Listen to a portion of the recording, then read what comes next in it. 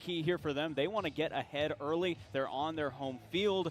All the stars are aligning for them to have a really good season and a really good postseason here. Scoring early is something they did a lot this year. We haven't seen as much of that lately, but you may recall the first game in last year's regional against Fresno State. They had 4 runs in the first inning and had a nice blowout victory. I'm sure UCLA fans wouldn't mind seeing one of those games after the heart palpitations that everybody has had the last couple of weeks. I mean, it was a tightrope to say the least, but I mean, we saw it last year, right? UCLA's team last season, also the king of the comeback. Not something we saw a ton of this year, as you mentioned, just with tons of run rule victories, tons of offensive production, and this is an offense that scores in bunches. So when they smell the kill, they're ready to go. And we saw a different sort of team the last couple of weeks and the last month of the year. We'll see which team we get here this afternoon. 28 come-from-behind wins this season, and this is perhaps the most staggering statistic. UCLA has 5 wins this year when they are trailing and down to their final out. That is remarkable. We saw a couple of those last weekend, but 5 over the course of the season, down in a ball game and on your final out. UCLA has found a way to win 5 times. I mean, what does that tell you? It just tells you this is a team that doesn't give up. I mean, they're going to wait until they extinguished all of their outs throughout a game to officially throw in the towel. But even then, otherwise, this is a team that hasn't lost 2 consecutive games all season. And of course, here at a regional, they just want to keep the good times rolling and keep those wins coming. But it starts with that offense, and of course, they've got a lot of good pitching and a lot of good depth in the back of their bullpen. So if they're able to put it all together, this could be a really good series. Losing 2 games in a row, that is something you have to avoid at all costs. Now, moving forward here in the NCAA tournament, they will be shorthanded this weekend. Logan Redeman is out for a 6th week in a row, hopefully a week away, per the head coach John Savage. And Will Gasparino, after he was ejected for malicious contact in that rundown against Oregon on Sunday, he is out for this game. Phoenix Call will play center field today, and that puts Aiden Aguayo, the freshman, into play second base. So a little bit less depth in this UCLA lineup today than we've been accustomed to seeing without the big slugger in the middle of the order. I mean, it's going to be different, but at the same time, if you talk about the strength of this team throughout the year, it's the fact that 1 through 9, you've got tons of depth. And obviously, this is a team, no matter how they change those puzzle pieces, you're going to have success. Well, we're just getting word they have changed some puzzle pieces, in fact. So disregard what I said about Call playing in center field. Peyton Brennan will move from right field to center, still hitting the 5 spot. Cash Duggar then will precede Jared Hawking, who will play right field. This is what we saw on Sunday against Oregon when Gasparino was ejected. Brennan slid over to center, Hawking played in right, and so Phoenix Call will play his customary position at second base. So that is a late change here for UCLA. And what do you make of that here 20 to 30 minutes before first pitch, that UCLA is making a change? The freshman Aguayo out, the senior Hawking in. I mean, it's just interesting, and that's postseason baseball, right? You're going to see changes back-to-back. Even the fact that, Wyland Moss is the starting pitcher the last couple of weeks, actually the last month or so, in replacement of Logan Redeman. Not a surprise that we're seeing those changes in the lineup, but of course, all the key components are there. I mean, Dean West going to be leading off, and Rock Chalowski, Mulavai Lavu, all the heart, Roman Martin as well. The heart of this order is still there, but all those other pieces surrounding them. Continued depth, but continued strength, even from the bench. Let's talk about Wyland Moss. Since taking over for Logan Redeman as the ace of this team in that Friday afternoon role, he's got a 3.51 ERA, and in 25 innings, he's got 30 strikeouts against just 10 walks. But last we saw of him against Purdue, could not get through the 4th inning. I mean, it was just a matter of finding the zone, and he was having those struggles of just throwing strikes. And I mean, the last time we saw him, his strikes to balls ratio was 1-to-1 or so, which obviously you want to do better in that department, to say the least. And we'll see what happens here this afternoon. Obviously, UCLA coming in as the #1 seed. Wyland Moss now a month or so of starts under his belt. And he was a guy last year as a freshman that UCLA and John Savage turned to a bunch in the going as a starter, and this year kind of as a stopper in the middle. And he's got a chance here on his home field to set things right. And don't forget about what lies at the back end of things. Easton Hawk has been phenomenal, second in the nation in saves with 14 of them. The nation's leader, in fact, will be in this regional as well. Cal Poly's Nick Bond, he's got 15. But Hawk, he has closed out 11 of the last 18 wins for the Bruins, has not allowed an earned run over his last 24 appearances, going back to the Big Ten opening series at Ohio State in early March. I mean, he's been so impressive and such a young kid as well. And I mean, you put it all together for the sophomore. Obviously the high-powered fastball, but really excellent control and so much poise from someone that is so young, which has, you know, draft potential. You look at next year in the MLB draft when he's eligible, but I think when you look at it for now, he could be a starter for this UCLA team. But the fact that he's on that back end and is able to go multiple innings, he's a guy that John Savage loves to have. If the Bruins are to climb the mountaintop, they will have to buck a trend. Since the tournament expanded to 64 teams back in 1999, only twice has the #1 national seed won it all. Miami in 99 and Tennessee in 2024. We're going to step aside for the national anthem. When we come back, we'll tell you about the opponent, the St. Mary's Gaels. UCLA and St. Mary's coming up in less than 10 minutes from now here on UCLABruins.com.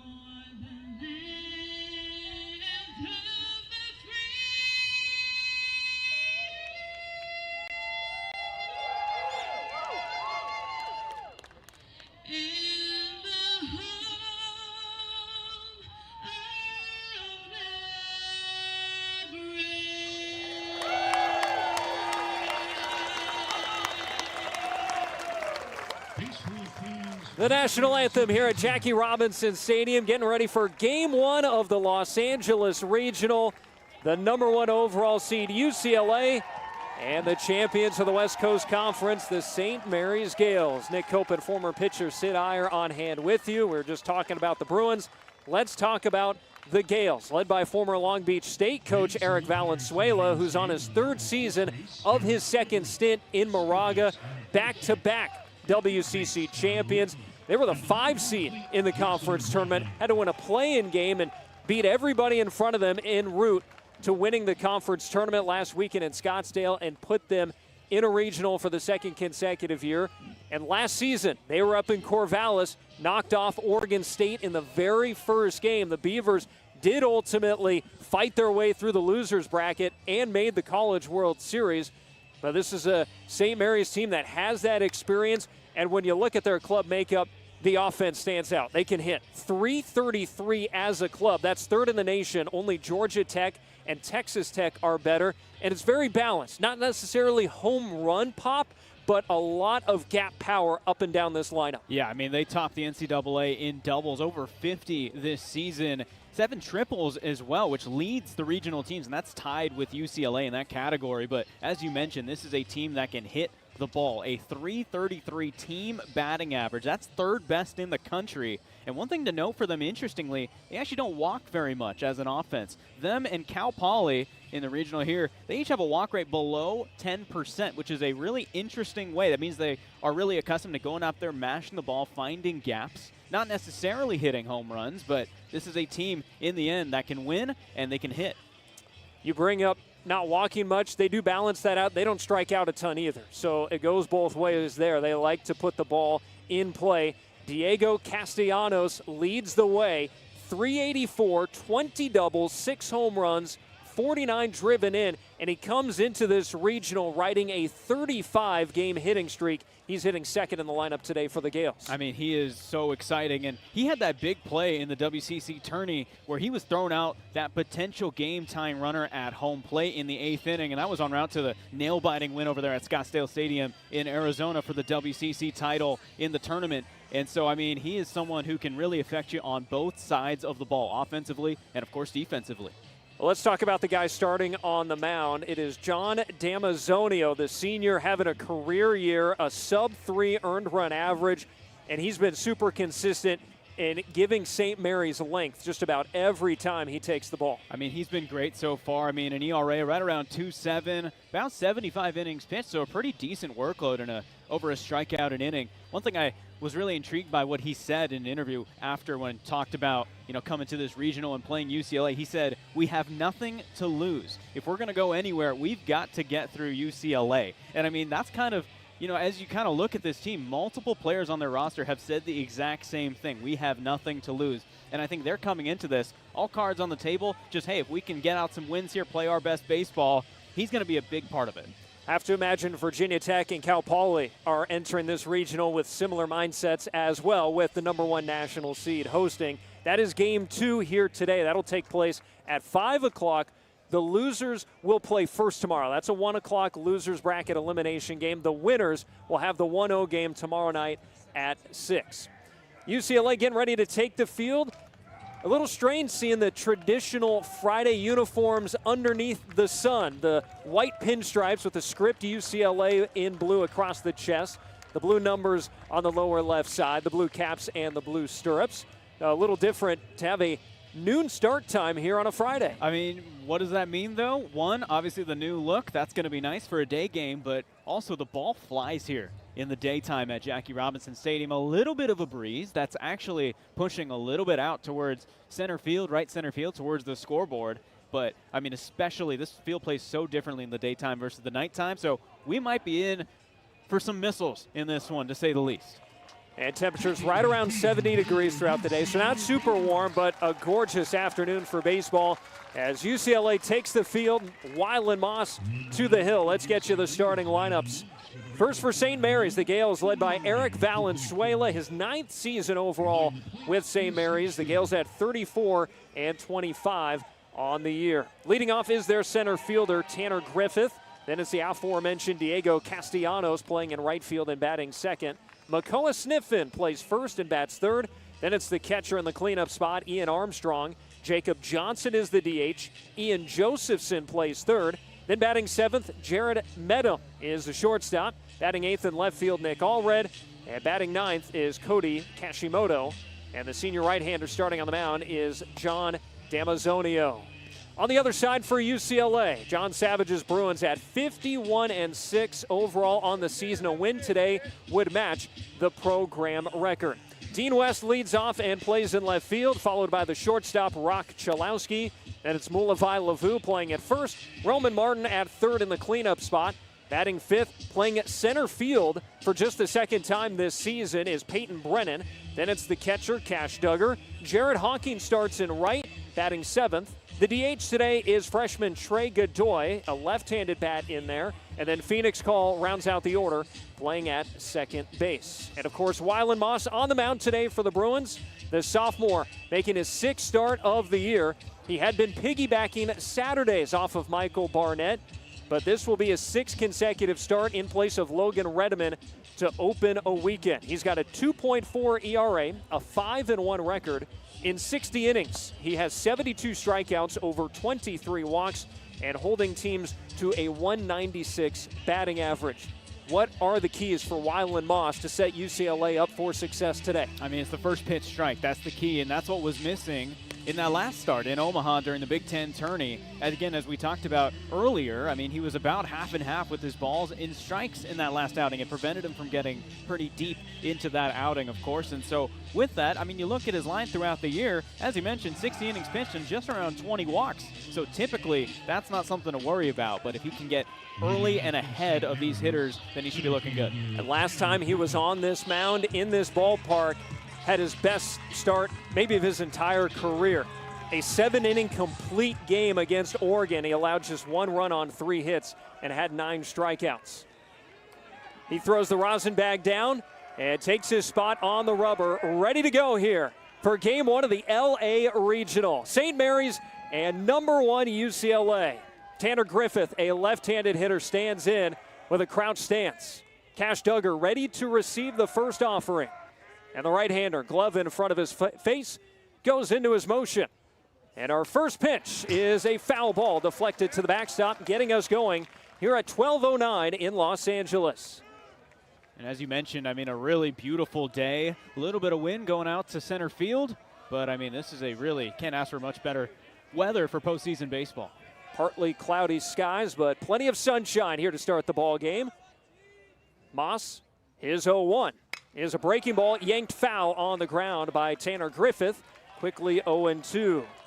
Griffith, the junior out of Livermore and De La Salle, having a career year as he is in his 2nd season as the regular in center field for St. Mary's.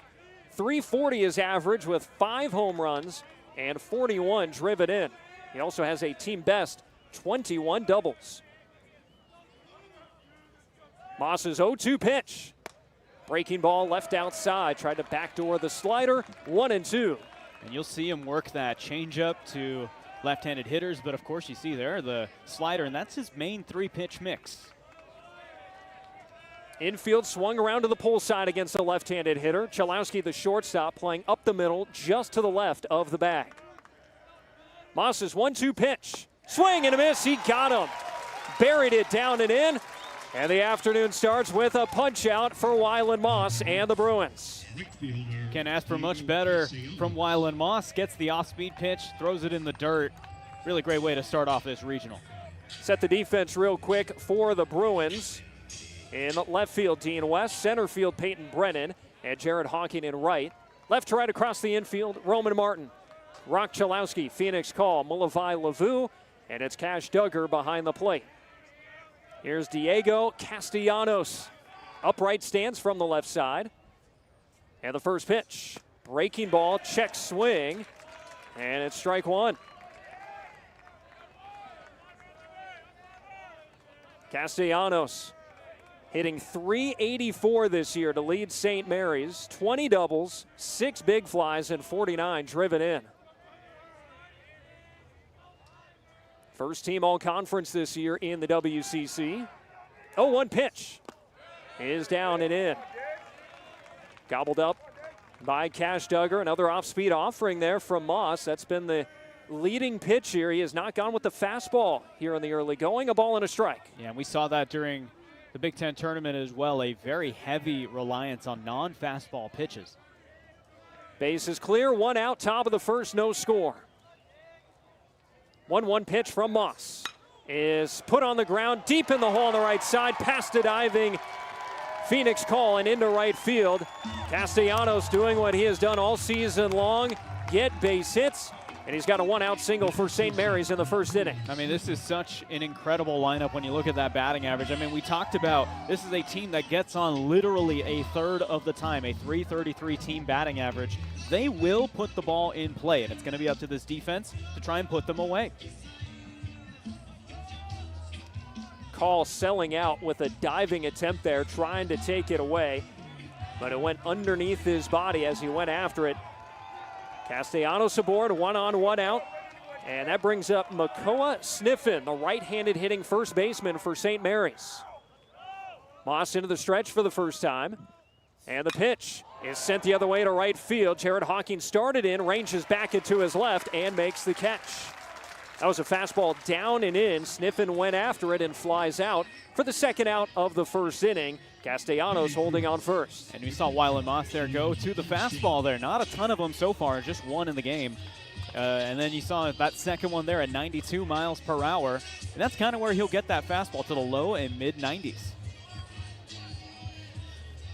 That brings up the best slugger in the lineup for St. Mary's, Ian Armstrong, the catcher, hitting from the right side.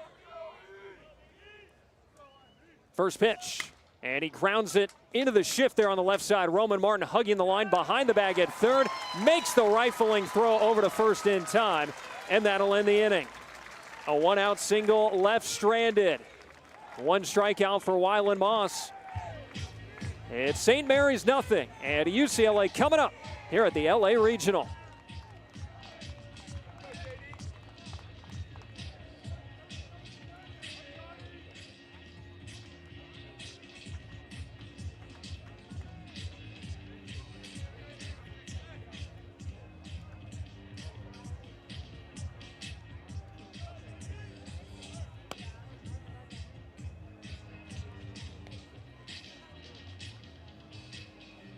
Taking the field, the St. Mary's Gaels. Here's the starting pitcher for the Gaels is John Damazonio with a record of 7-2 and an ERA of 2.71. Behind the plate for the Gaels is Ian Armstrong.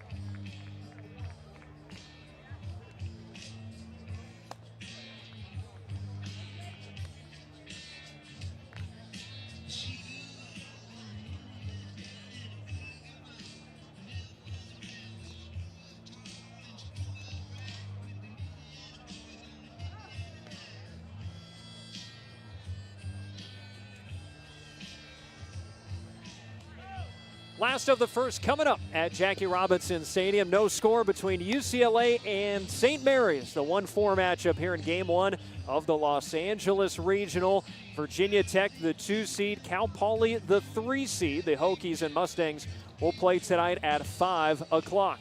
Nick Cope and former pitcher Sid Iyer on hand. And getting a look for the first time at John Damazonio, the senior right-hander starting today for St. Mary's. He's been their #1 guy all season long. First team all-conference in the WCC this year. He's got the 3rd best ERA in that conference, a 2.71 earned run average, 7-2 his record, 81 strikeouts in 76 innings, only 19 walks, and a 2.33 batting average. He's been very strong throughout the year. I mean, he's the guy you want to have out there, and he does it with a 5-pitch mix. Fastball, sinker, curveball, slider, and a splitter. And pretty varied usage across all of them, but that fastball, low to mid-90s. Deals with Dean West here at the top of UCLA's lineup. 0-0 with UCLA taking their first swings. Damazonio on the first base side of the rubber. And his first offering is a fastball over the plate for strike 1. Gets that in at 92 miles an hour. So for Damazonio, 7 wins is the second most in the WCC. And he's allowed more than 3 runs just twice all season. He's also got the ability to pitch long. 6 times he has crossed the century mark. Lobs one up and away to West. A ball and a strike against UCLA's leadoff man, who's hitting .278, up to 6 home runs now and 39 batted in.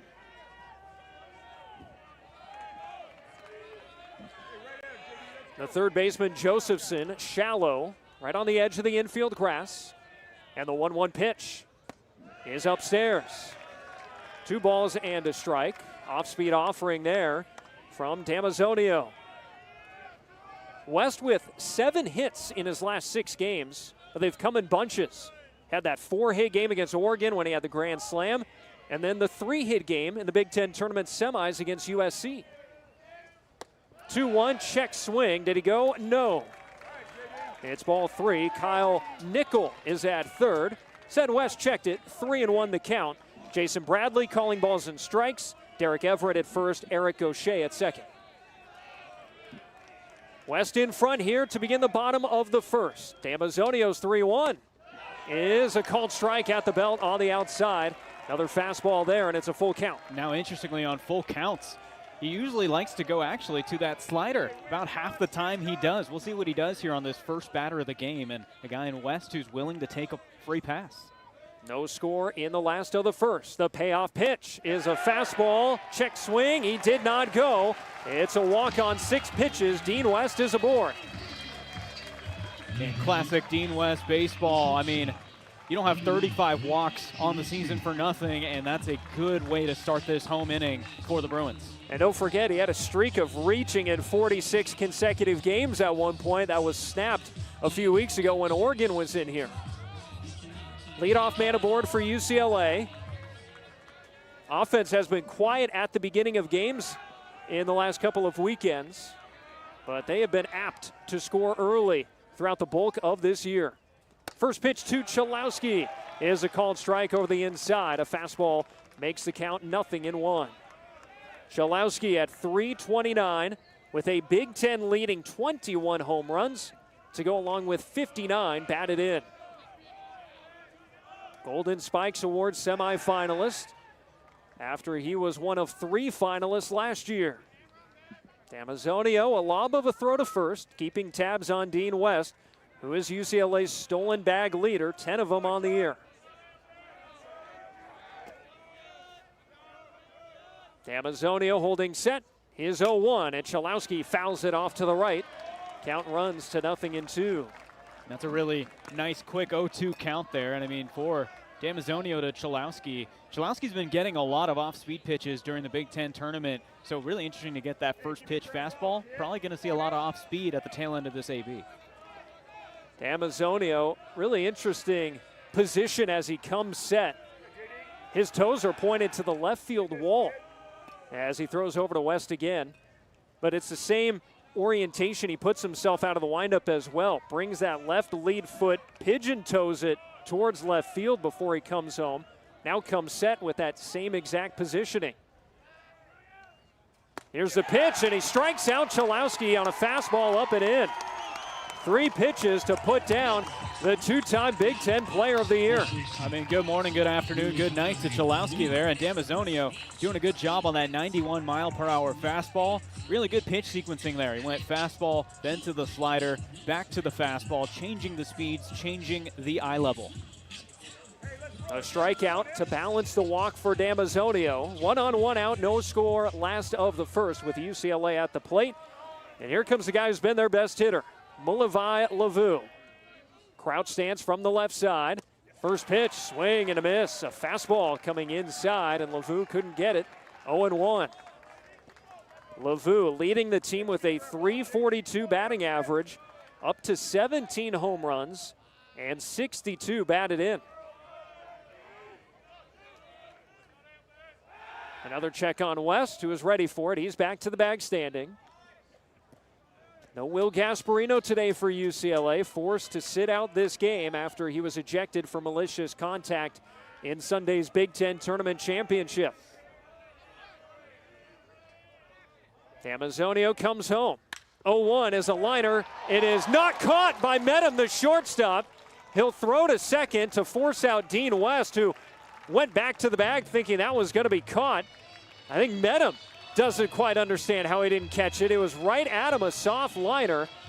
At any rate, the result's the same. a runner on first with 2 outs. I mean, and if you're Dean West, there's not much you can do about it. You think you're going to go back, he drops it, and it's a pretty easy out at second. And that was pretty hard off the bat, honestly. 102 miles per hour on the exit velo, and it just popped out of the glove of Medham. So good contact for Lavu. He takes West spot at first. And now here's Roman Martin with 2 outs in the inning, no score. First pitch is upstairs towards the outside. A fastball there from Damazonio. 1 ball and no strikes. And that's the first at-bat where Damazonio has not gotten ahead on a first pitch strike. He's 3 for 4. Roman Martin, he sparked the rally in the Big Ten Tournament Championship with a leadoff single in the 11th. Looks at this one off the inside. There's that slider from Damazonio, 2-0. Not a great speed difference from the fastball to the slider, only about 5 miles per hour. Yeah, and usually you want to see a little bit more if you're going to have some extra movement as well, but it's definitely a harder slider. There is a soft liner that is caught out of the air. A leaping Josephson at third, able to take it away as Roman Martin got jammed. A leadoff walk left stranded at first. Nothing doing in the first inning for UCLA and St. Mary's here in Game 1 of the Los Angeles Regional.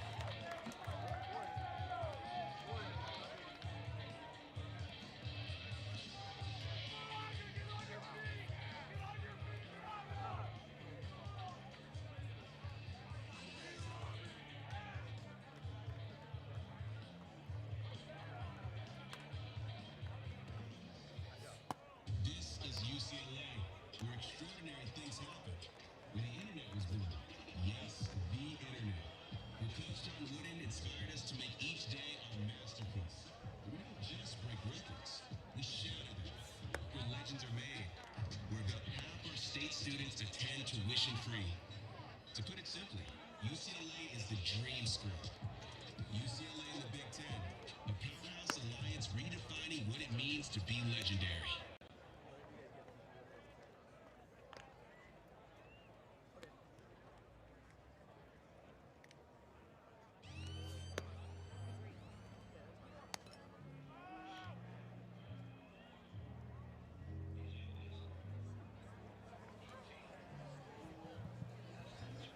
Day 1 of the 2026 College Baseball NCAA Tournament.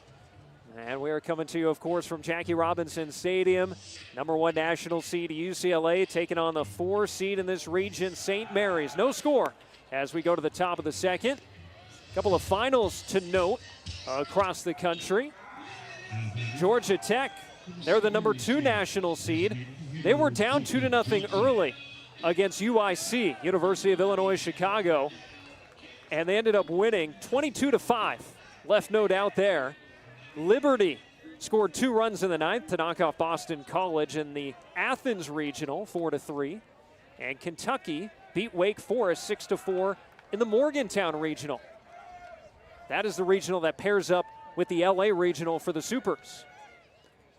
Wyland Moss back to work and gets a first pitch strike over the inside to begin the at-bat against Jacob Johnson, the DH. Moss now 5 for 5 with first pitch strikes today. And that's going to be so important, a very valuable change here from his last outing. Johnson upright stance from the right side and looks at the changeup running upstairs. 1-1. By the way, really interesting defensive shift for UCLA on the right-handed hitter. Lavu, the first baseman, almost 60% of the way to second base. 3 infielders on the left of second as well. We've seen UCLA go to this shift quite often here in the back half of the year with right-handed pull-happy hitters. This one is skied into foul ground on the third base side. Roman Martin giving chase, but this ball is back into the seats, out of play. 1-2 to Jacob Johnson. Johnson can slug it, hitting .333. Second on the team with 12 home runs. Also second on the team with 50 batted in. Moss with 1 punch out in the first inning. And now his 1-2 pitch to Johnson is down and in. Back to the changeup there for Wyland Moss. 2 balls and 2 strikes. Trying to put him away with that off speed. Just 1 fastball in this at-bat, and that was the first pitch that he got in for a strike. Outfield is deep against Johnson. Moss, glove in front of his face, goes into a slow windup, turns, kicks, and throws. And it's grounded foul on the third base side. Count holds at 2-2. Another changeup running down and in on the right-handed hitter. And he's really trying to use that off speed to get by him. Just one strikeout in that first inning. And I mean, here he's really trying to put him away on this 2-2, avoid a full count. Johnson, first year at the D1 level, spent a couple of years at Cuesta College playing JUCO ball in slow. Slider down and away. Johnson lays off it. It's a full count, 3-2. Seventh pitch coming up for Wyland Moss in this at-bat against Johnson.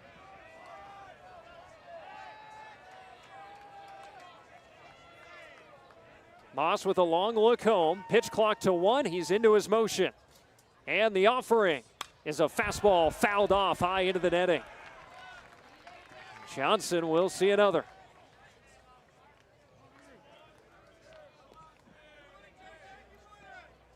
St. Mary's 1-8 all-time against UCLA. The lone win back in 2008. Teams last met early on in 2020. UCLA swept a 3-game series here. Another payoff, and it's driven into right center field. Hawking and Brennan converging. They will not get there. Brennan dives. It one-hops the right center field wall in front of the scoreboard, and it goes as a leadoff double for Jacob Johnson and St. Mary's in the second. And he's been a double machine the entire year. That's his 15th double of the season, and he does it on an 8-pitch at-bat, really working Wyland Moss, and he finally gets a couple of fastballs there on a full count, hits that 105 miles per hour, almost to the warning track by the scoreboard in right center. And he was able to go the other way with UCLA playing him to pull.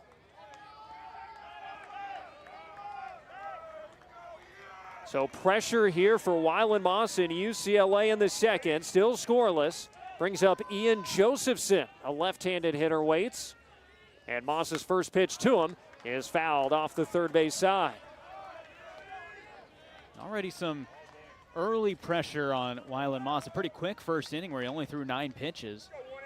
But immediately here, St. Mary's with that runner in scoring position, and be really good for them if they can get that first run in.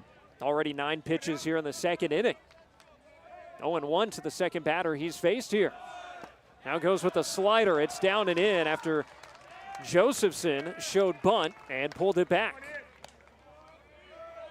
So seeing if they can push Johnson over to third and give themselves a sac fly opportunity for the shortstop, Jared Medham, on deck.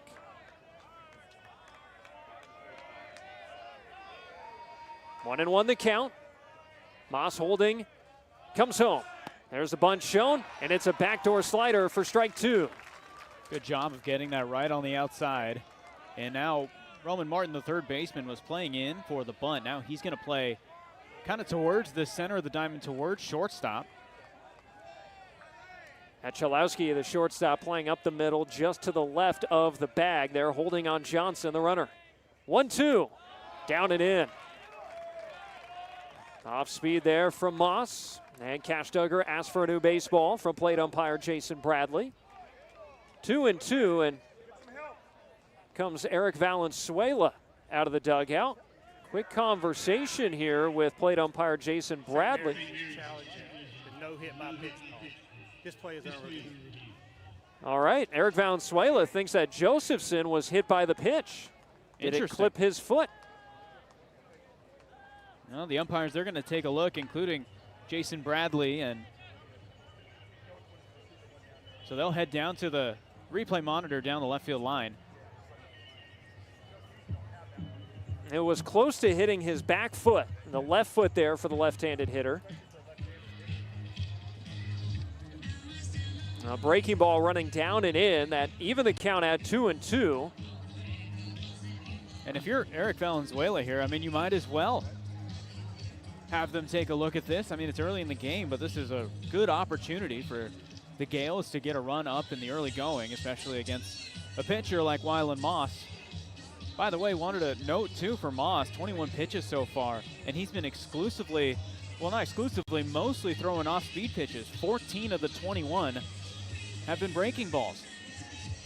We're getting a look here from the side on our replay monitor, and don't see anything there that shows that it hit his foot. If anything, he was trying to pull his foot back out of the way. And he lifted up his left heel, which was his back foot in the left-handed batter's box. And at least from our initial view, we're getting another look here. Oh, it actually might have tipped him on the toe. But is it indisputable? And that's the question. From these angles we're seeing, I'm not sure it is. There's definitely a chance it did.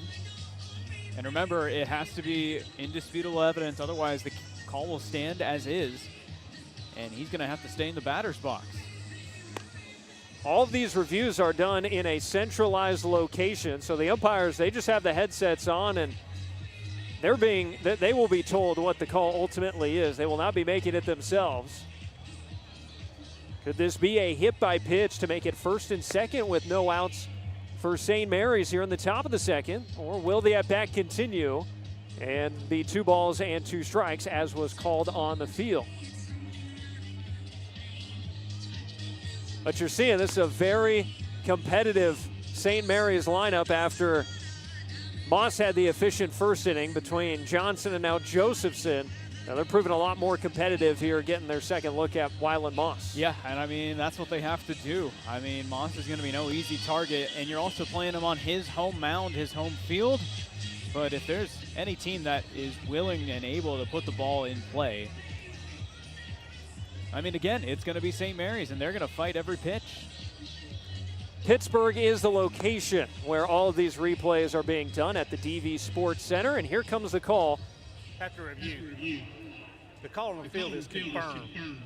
No hit by pitch. There we go, confirmed. So that says that St. Mary's, they saw indisputable evidence that it did not hit him. So there you go. And it's kind of the beauty of replays to make sure they get the call right. And for Wyland Moss, he's got another chance at a strikeout. And Eric Valenzuela burns one of his 2 challenges here in the second inning. And we'll see if that turns out to be consequential, especially later on in this one. 2 balls and 2 strikes. No score, top of the second. And a runner on second for St. Mary's. Moss to Josephson. The pitch. Running inside with a fastball. Another full count to Wyland Moss to deal with here at the start of the second inning.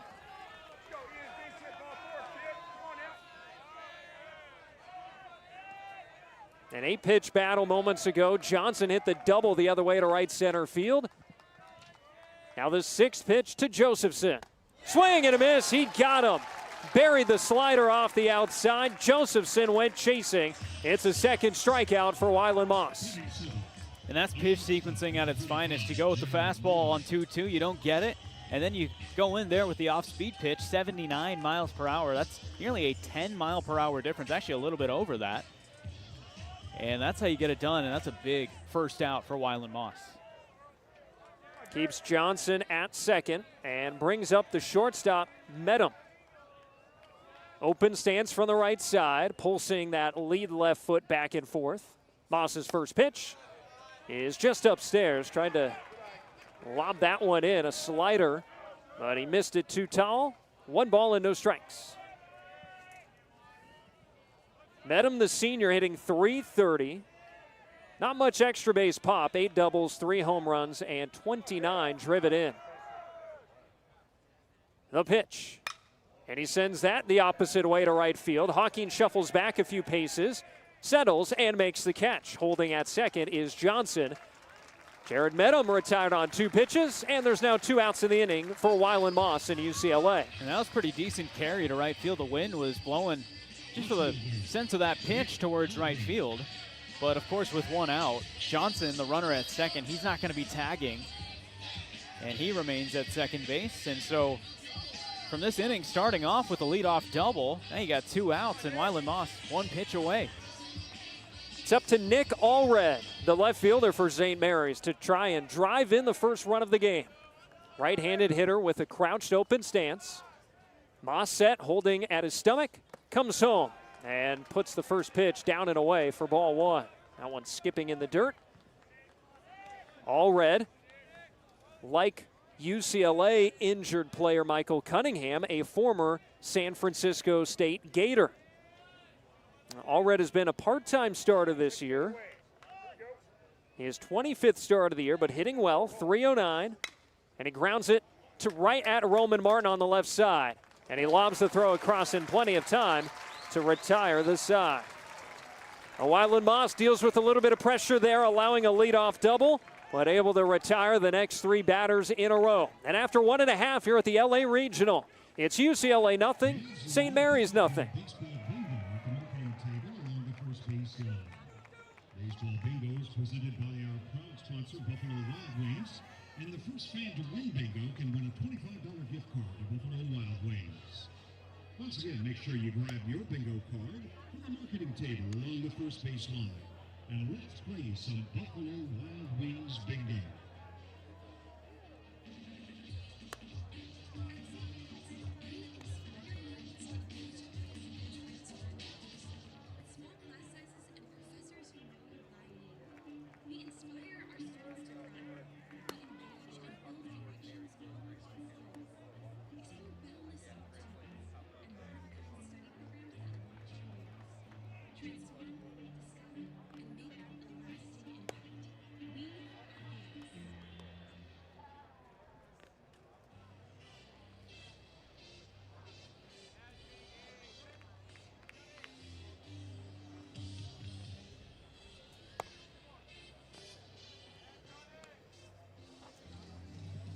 We are scoreless here in Los Angeles. Number 1 UCLA and St. Mary's, with the Bruins coming to the plate in the last of the second. St. Mary's has been in the NCAA tournament just 2 other times. They have all come under Eric Valenzuela, back during his first stint in 2016. And then last year, they beat Oregon State in the Corvallis Regional in Game 1 before they lost back-to-back games against USC and Oregon State in a rematch there.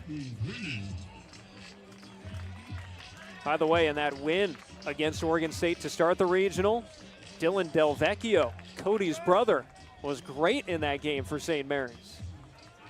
Former Bruin, Cody Delvecchio, now playing in the Giants organization for Single A San Jose. Here's Peyton Brennan leading off the home second for the Bruins. Damazonio gets a swing and a miss, a late swing there from Brennan on a 90-mile-per-hour fastball.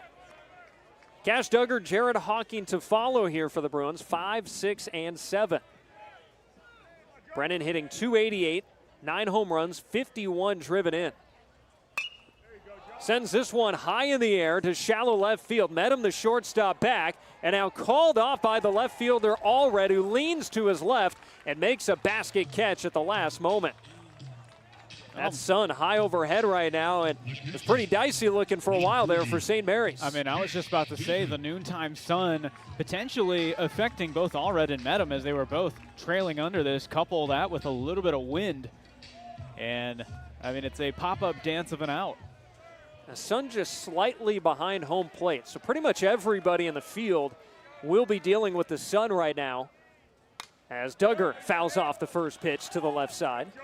And then the sun will move off to the third base side, so then first, second, and right field will really have to deal with it as the afternoon progresses. Oh, Duggar hitting in the 6th spot, a spot higher with Gasparino out of the lineup today. And the catcher takes the pitch outside. Another fastball from Damazonio. 1-1 the count to UCLA's catcher, whose bat has been quiet. He went 0 for 13 last week in Omaha and has just 1 hit in his last 23 at-bats. Looking to get a pitch to drive. He's been taking a lot of pitches the other way on the ground. 1-1 to the left-handed hitter, and he fouls it off to the left once more. And as such, Duggar's batting average down to .258. Does have 9 doubles, 4 homers, and 38 driven in. No score, bottom 2, bases clear and 1 out for him, and a 1-2 count as he looks at St. Mary's Damazonio. The pitch, down and in. Breaking ball running towards the back foot of Duggar. 2 balls and 2 strikes. And he looked like he went to the curveball there and was just about to say that of the 20 or so pitches Damazonio has thrown, the majority of them have been fastballs, very few off speed. 2-2. Fouled off to the left once more. Once again, going to the curveball. And I mean, especially later in the count, it's going to be the curveball or the slider that he likes to go towards. But a lot of fastballs early, and of course, hey, it's the postseason. You might as well change up your approach, keep them on their toes. Defense straight away. Another 2-2, strike 3 called.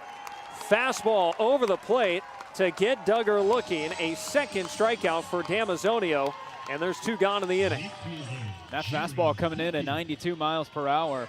And his scouting report says that as he gets into those even counts, like a 2-2 count, he's going to come in with the fastball, and that's exactly what he did, and he froze Duggar. That pitch was right on the inside corner. No qualm there from Duggar. He's got a little bit of tail on that fastball as well. Here's Jared Hawking. Bell-tie fastball in there for a called strike. Jared Hawking making just his 10th start all season. Senior has 7 hits and 35 at-bats this year. 1 double, his only extra base hit. Getting the start in right field today. Sprays this foul down the right field line and out of play. There's the tight slider there from Damazonio to get himself in front, 0-2. Looking to retire the side in order here in the second. And he's done such a good job of getting ahead early. The 6 for 7 on the first pitch. Strikes early, 0-2 count here with 2 outs. Righty on righty matchup. The pitch. High and outside. No chase from Hawking on that fastball. 1-2. 1-2. He likes to go to the slider, to the curveball. Not as much use of the fastball on this 1-2 typically. Here it comes, and he struck him out. And there is the slider running off the outside. Back-to-back strikeouts to end the second for Damazonio. And he's now retired 6 straight since he issued that leadoff walk of Dean West in the first. 0-0 here in LA. We go to the third. It's UCLA and St. Mary's, game 1 of the Los Angeles Regional.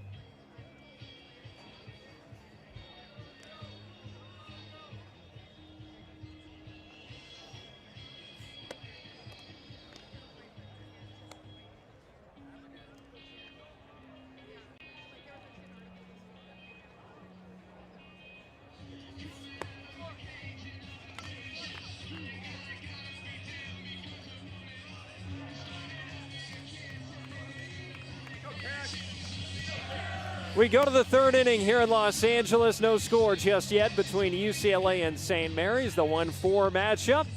First of 2 today here at the ballpark. We will see Cal Poly and Virginia Tech in the 2-3 matchup at 5 o'clock. Losers will play in game 1 tomorrow, the winners in game 2 tomorrow. And when you look at teams over the last few years that have gone on to Omaha, all but a couple have won their first game of the regional. It is crucial to start off on the winning side of things. 9-1-2 here for St. Mary's in the top of the third. Kashimoto, then Griffith and Castellanos. A left-handed hitter, in fact a switch hitter from the left side here in Kashimoto to start the frame. He shows bunt and takes a strike on the outside corner, a fastball from Wyland Moss. Moss, I mean, it was a very easy first inning. That second inning a little bit more stressful. That pitch count now just under 30. Kashimoto, the senior out of Hawaii. Second year as the everyday second baseman. And he grounds one right at second base. That's Phoenix Call. He's up with it cleanly and throws out Kashimoto to begin the third. So one time through the lineup, Moss allowing a couple of hits and a couple of strikeouts as well, including to Tanner Griffith, who will see him for a second time. The leadoff man has the best on-base percentage on the team, entering the day at .479. He's got plenty of speed when he gets on base as well. First pitch of his second at-bat is a called strike on the outside. The changeup from Moss to get himself in front.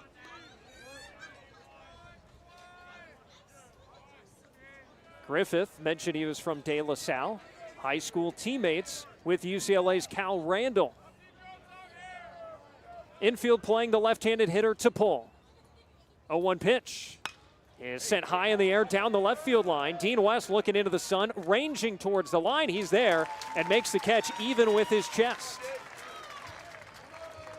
2 quick outs recorded by Wyland Moss to begin the third. Yeah, doing it on 4 pitches, 2 to the first batter and 2 there to the top of the order. By the way, second time through the order, he's faced 10 batters so far. First pitch strikes on 7 of 10, which is pretty good, and he's going to like to continue doing that here a second time. Now deals with Diego Castellanos, who was able to pull one through the right side. In his first at-bat, 1 for 1. Bases clear, 2 outs, no score, top of the third. Moss's pitch, bunt shown, and it's a called strike there on the outside, 93 miles an hour from Moss. I believe that is his best velo of the afternoon so far. 91 to 93, a little bit of run away from righties, or from lefties, excuse me. Goes into his motion for the 0-1 pitch. Called strike 2. Slider through the back door on the outside. It has such tight movement on it. I mean, it comes out of the hand, has that lateral movement, moving in towards the lefty Castellanos. Looking for an efficient top of the third. Moss's 0-2 pitch is grounded right at Phoenix. Call took a nasty hop. Call knocked it down, throwing to first in time. Gets Castellanos to get out of the inning. There was a lot of English on that ball that bounced left and then right. The Phoenix Call stuck with it. I mean, it was off the tail end of the bat on the grass, and he caught it on an in-between hop. But, I mean, he was close enough to the bag where he's able to corral it, make a nice throw, and no problem. Wyland Moss retires the side in order for the first time. Like his counterpart, John Damazonio, he has retired 6 in a row. After 2.5, it's UCLA nothing, St. Mary's nothing. Game 1 of the Los Angeles Regional.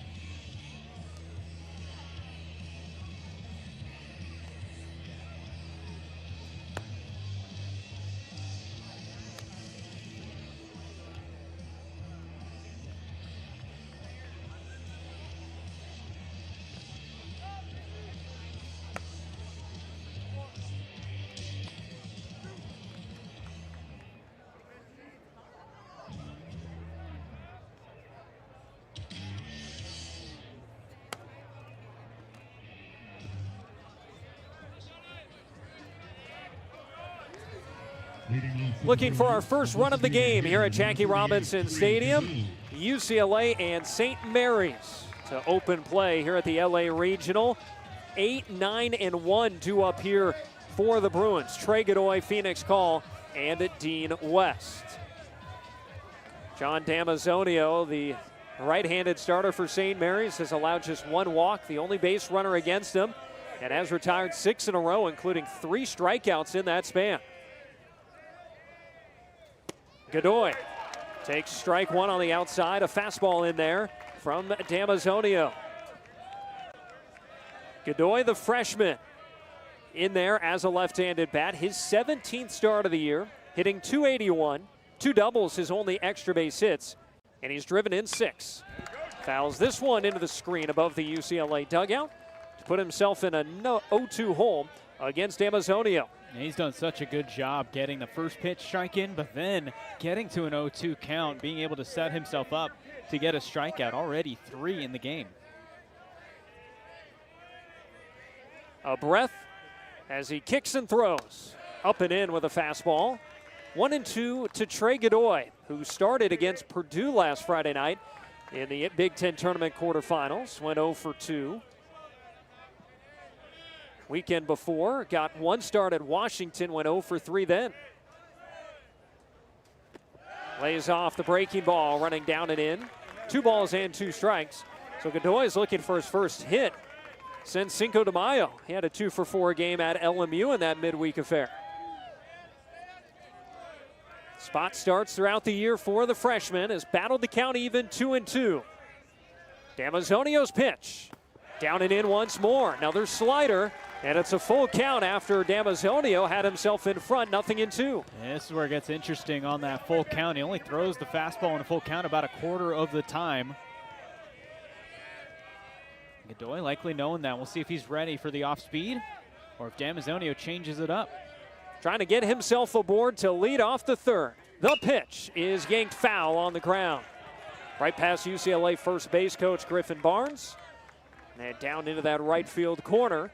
Godoy will see a 7th pitch. And he went to the slider there, 86 miles per hour. This has turned into a good at-bat. Godoy 1 pitch away from either a free pass or getting a good ball to swing at. Defense straight up here from St. Mary's. Damazonio into his motion, deals, and it's a grounder to the left side. Ranging to his left, it's Josephine. Throw on the run, got him in time. A nice play by St. Mary's third baseman. He was able to step in front of the shortstop, Madam, cut that ball off, and then throw across his body on the run. Nice play. And it took 8 pitches for Damazonio to get the job done. On that last pitch, he went to the sinker there, looking for the ground ball out. And he was able to get it with ease. UCLA still looking for its first hit as Phoenix Call digs in from the right side. Slightly open stance for UCLA's second baseman. First pitch is grounded. Diving stab by Josephson to his feet. Back-to-back stellar plays from St. Mary's hot corner man. He throws out Call in plenty of time. Damazonio records 2 quick outs here in the home third. I mean, just the reaction time by Josephine. He was playing on the cut of the grass there for the bunt to see if Phoenix Call will put the drag down, but he was diving over to his left, makes a good strong throw. 8 pitches, but just 1 to get the second out of the inning. Dean West, the only base runner that UCLA has had in this game, will step in. St. Mary's has been a pretty good fielding team this year at .979 as a club. West puts a bunt down on the third base side. It's a good one. Josephson can't make the bare hand pickup. West is aboard. It was going to be a very close play, but as he went to make the bare hand stab, didn't pick it up. Dean West is aboard with 2 outs. First hit of the game for UCLA, and Dean West has reached in each of his 2 plate appearances. And 3 straight pitches with an outcome. You had a ground out and another ground out to that third baseman, Josephine, and he was going to get a chance to make all 3 plays this inning, but that's what the speed of Dean West will get you, especially second time through the order. And it gives Rock Chalowski a chance to hit. He struck out on 3 pitches against Damazonio in the first, who throws over to first before sending one Chalowski's way. Dean West back safely with that headfirst dive. That was a quality bunt from West, too. Right on the edge of the grass there. Did not hit the dirt. Chalowski takes a first pitch fastball for a strike. That was bell tie. I mean, to your point about that bunt, that's exactly as you mentioned. You suppress it enough on a first pitch fastball, you get it to sit on the grass, force a good play by the third baseman who's got to pick it up with his bare hand, but he can't. Damazonio comes home just upstairs. By the way, Damazonio, you've been tracking this as well. 10 of 11 for first pitch strikes now. Yeah, he has been so good on the first pitch of most of these at-bats, and he's doing it with the fastball as well. He is not fearful of Rock Chalowski, that's for sure. Another throw over to first. That was a rifling one and was dug out well by Sniffen. And I think what's also interesting about it is that UCLA, historically this season, has been a very good fastball hitting team. They have struggled sometimes in their losses on off-speed pitches. Right side of the diamond open here for Chalowski. And it's a check swing, soft grounder to short. Medham charges, throws to first in plenty of time to retire Chalowski and the side. Rock now 0 for 2, was trying to hold up there but put it in play. A 2-out bunt single left stranded. 1 hit, 1 left. We go to the 4th inning. UCLA nothing, St. Mary's nothing here in the LA Regional. All right, fans, it's time for everyone's favorite, the amusing concession race. All 4 concessions: Sally Soda, Peter Popcorn, Paula Pretzel, and Harry the Hot Dog. We're going to race to see which concession is the fastest. The winning concession is going to win a food voucher for the concession stand. Make sure you cheer on your favorite concession. We'll be going here in 3, 2, 1, go! It's a wild melee out there, ladies and gentlemen. It looks like an early lead, and someone is going to win this. The hats are off.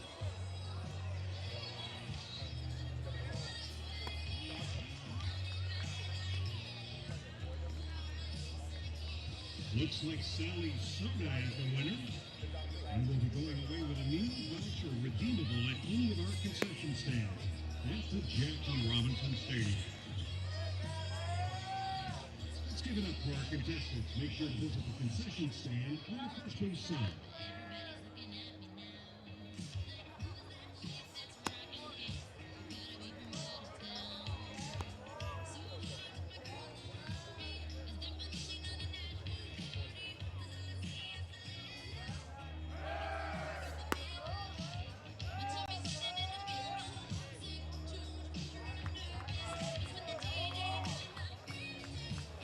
Not much offense just yet here in Los Angeles on this Friday afternoon. Nick Cope and Sid Iyer on hand. Nothing between UCLA and St. Mary's. Gaels will come to the plate here in the top of the 4th. At the heart of their order, Sniffen, Armstrong, and Johnson. That is 3, 4, and 5 against Wyland Moss. Has a couple of strikeouts, working around a couple of hits, and has retired 6 in a row. First pitch to the right-handed hitting Sniffen. Big swing and a miss. Drops him to a knee on that changeup running inside. It's 0-1. I mean, he was trying to send that one into the nursery past the left field wall. He was trying to hit the Getty. Oh, yeah. Sniffen a fly out to right field in his first at-bat. And now he takes a, fastball coming up and in. 1-1. A little fastball with a little extra cheese on it at 92. Moss has been sitting about 91 and 93 in the outing so far. 1-1 pitch. Golfed it high in the air to left field. Chalowski ranging back from short. West calls him off and makes the catch. Dean West was giving that one a long look before he eventually started to make his run in. And Chalowski gets some cardio in on the play. First batter retired in the 4th. Wyland Moss so far, by the way, just under 40 pitches as he has the first out here in the top of the 4th. Pretty good efficiency-wise, and nice little contrast to his outing at the Big Ten tournament where he didn't go much more. That brings up the catcher, Armstrong. Waving the bat above his head from the right side. And looks at the first pitch away. Ball 1 on that off-speed offering from Moss. UCLA sticking with that overshift. 3 to the left of second. And Mulavai Lavu midway between first and second, even with the base path. The pitch way upstairs. That was not clean out of Moss's hand. That might be the first 2-0 count he's had all game. Yeah, he's not fallen behind very often. That slider today, he's thrown less than half of them for strikes, so he hasn't had great control of that pitch throughout the outing.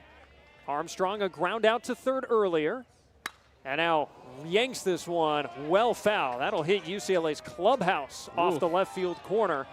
way out in front of that slider to make the count 2-1. I mean, he smoked that thing 109 miles per hour right at the clubhouse. No score, top of the fourth. Bases clear and one out. The pitch is grounded into that shift. Phoenix call gobbles it up and is thrown to first in plenty of time. Armstrong barely even running out of the box.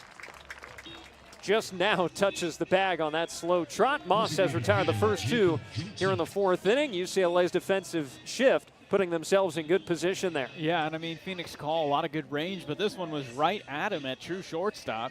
So he just had to get down on a knee, keep that ball in front of him that was hit 108 miles per hour off the bat, and then make an easy throw over with no pressure from the runner coming up the baseline over to first. And it helps LeVue too, because he had to make the run from near second base. Brings up Johnson, and UCLA will keep that same shift on here as Wyland Moss asks for a new baseball. Looked like he was about to go into his windup, and then was like, I need a new ball here, Blue. And so Jason Bradley gives him one. Johnson had the double that one hopped the wall in right center field to lead off the second. One of two hits today for St. Mary's. And the first pitch to him here is up and in. Fastball from Moss, 1 ball and no strikes.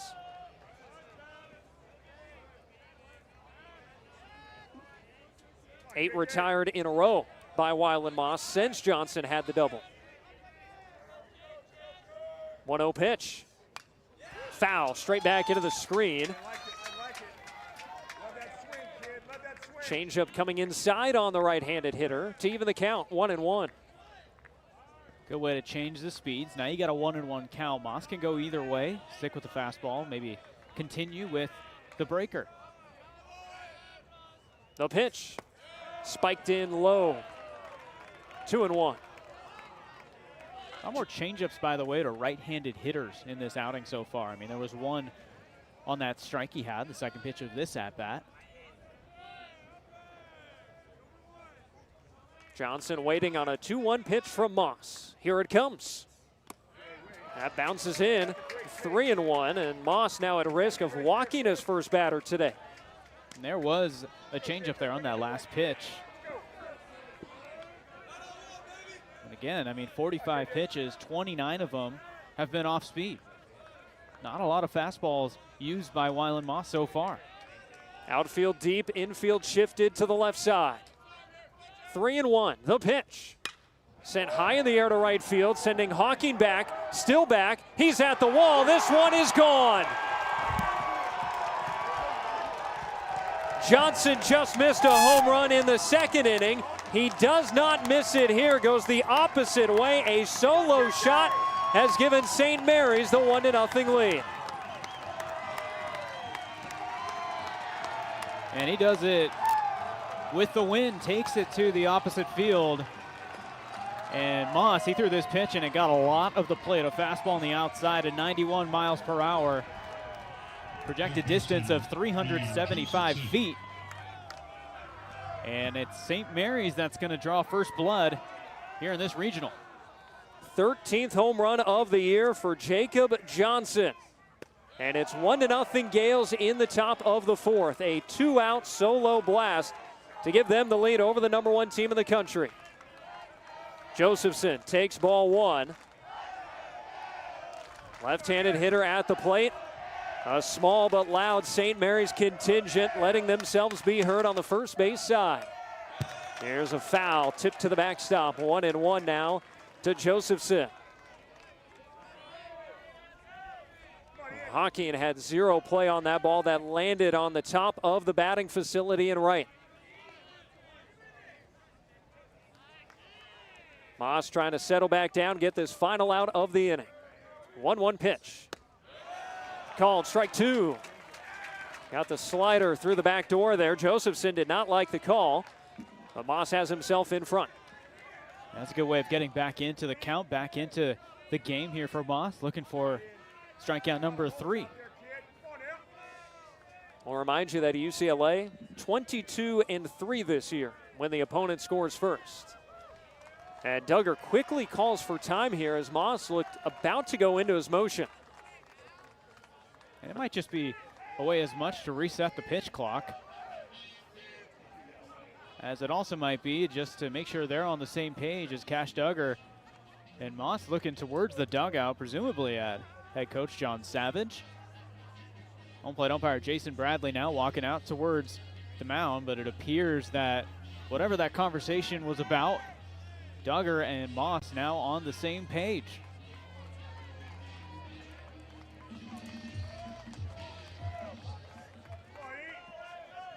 1-0 St. Mary's in the top of the fourth. Bases clear and 2 outs.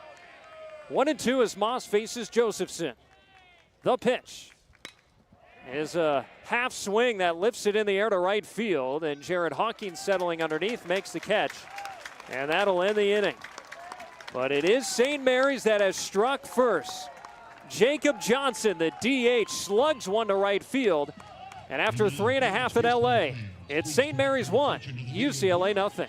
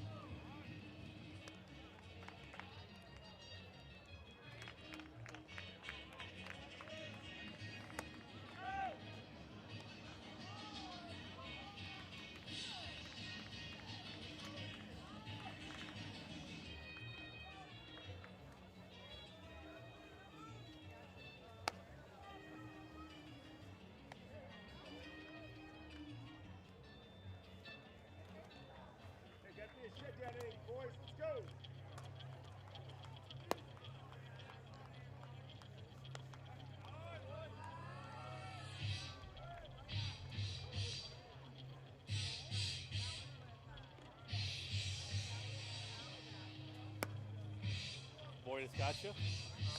Sort of. Who do you got? I feel like it. They're good. They can develop it. How tomorrow? Where you going? UCLA in trailing position. What else is new? That's what the Bruins have done as of late. They trail 1-0 against St. Mary's here in the regional opener. We go to the last of the fourth. Bruins with the middle of their order. Lavu, Martin, and Brennan 3, 4, and 5. After Jacob Johnson just gave St. Mary's the lead. He's got a double to go along with that home run today. I mean, that was a nice little piece of swinging. And I mean, this whole lineup, I mean, obviously 3 hits in the ball game. Of course, the home run for the offense as a whole, St. Mary's that is. But they have been having a lot of hard hit balls. Now it's UCLA's turn to return the favors. They have just 1 hit in the game. And it was a bunt single as well. Here's Lavu. First pitch down and in from John Damazonio. He's pitched well. He's getting a lot of weak contact, a lot of ground balls, 3 strikeouts as well. He's doing it, majority of them on the fastball. I mean, he's throwing that pitch, about 70% of his fastballs for strikes. And that always helps. Lavu fouls it back and out of play. 1-1 the count. And what that does, by the way, when you're able to throw your fastball for a strike, it really makes your off-speed pitches that much more effective. He's throwing a majority of his off-speed as sliders. Only a couple of curveballs, but he's really been able to prevent any hard hit balls off the bat by UCLA so far. 1-1 pitch. Lavu grounds it foul right at the plate. 1-2. Oh, and you were checking out Damazonio. He went to your same high school, Bellarmine Prep, up in San Jose, and pitching in college was very much not going to be in the cards for him. Yeah, I mean, over there at Bellarmine, he was primarily their third baseman and just basically dabbled on the mound. Senior year, gave it a shot. Pitch upstairs, 2-2. And I mean, as he was giving it a shot over there at Bellarmine as a pitcher, instead of going to be an environmental engineer at a different university, he ended up going to Moraga and playing for St. Mary's, majoring in chemistry and also being a pitcher. So definitely a thinking pitcher, a thinking guy on the mound. Misses upstairs with a fastball here. Full count as he faces Lavu. And last year had decent enough numbers, but has really taken off now as a senior. Trying to have St. Mary's win as a 4-seed to open a regional for the 2nd consecutive year. 3-2 pitch. LaVue yanks it foul on the ground. Remember, LaVue had that line drive that was knocked down by the shortstop, met him in the first. So LaVue a bit unlucky to not be 1 for 1 at this point. 7th pitch of the at-bat upcoming. UCLA down a run in the home 4th. LaVue leading off the frame. Damazonio's pitch. Swing and a foul tip held on for the strikeout. A fastball on the outside, and he got it by him for the 4th punch-out of the game. Damazonio keeps it going, and I mean, only a couple of balls in the air, by the way, too. The majority of the outs have been either on the ground or by way of the strikeout. As you mentioned, his 4th there on a 92-mile-per-hour fastball. That was a challenge pitch. He's been going at UCLA all game long, and the Bruins do not have much to show for it at this point. Bases clear, 1 out now for Roman Martin. First pitch, down and away. Martin got jammed, and a little flare onto the left side was taken out of the air by Josephson. The third baseman there, he had to leap up high to prevent a bloop single of Martin. 1-0 pitch. Across the inside, a slider. 1-1 as it was Damazonio coming through the front door that time to even the count.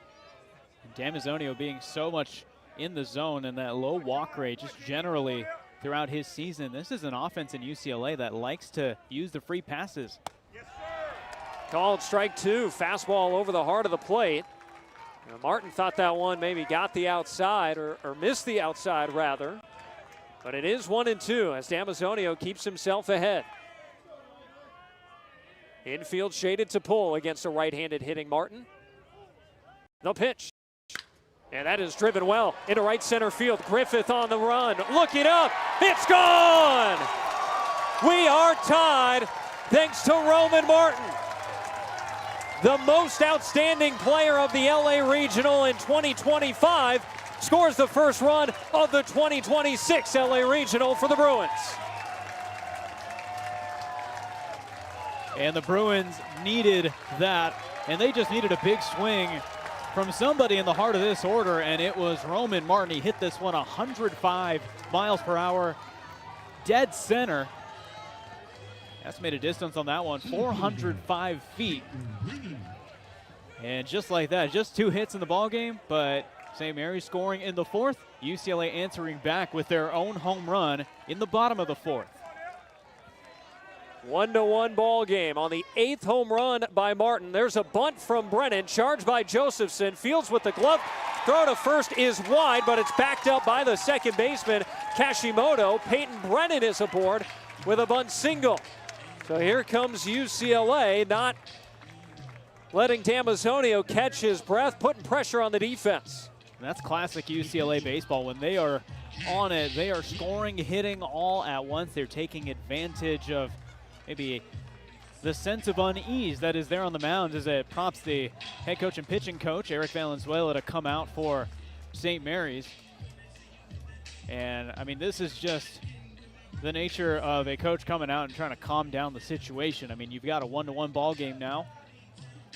And at the bottom of the order coming up, Cash Duggar due up here, and you got Hawking and then Godoy following that. No hits in the bottom of this order for UCLA. However, I mean, I think it is just a moment where they want to make sure that this doesn't get out of hand, this inning in particular.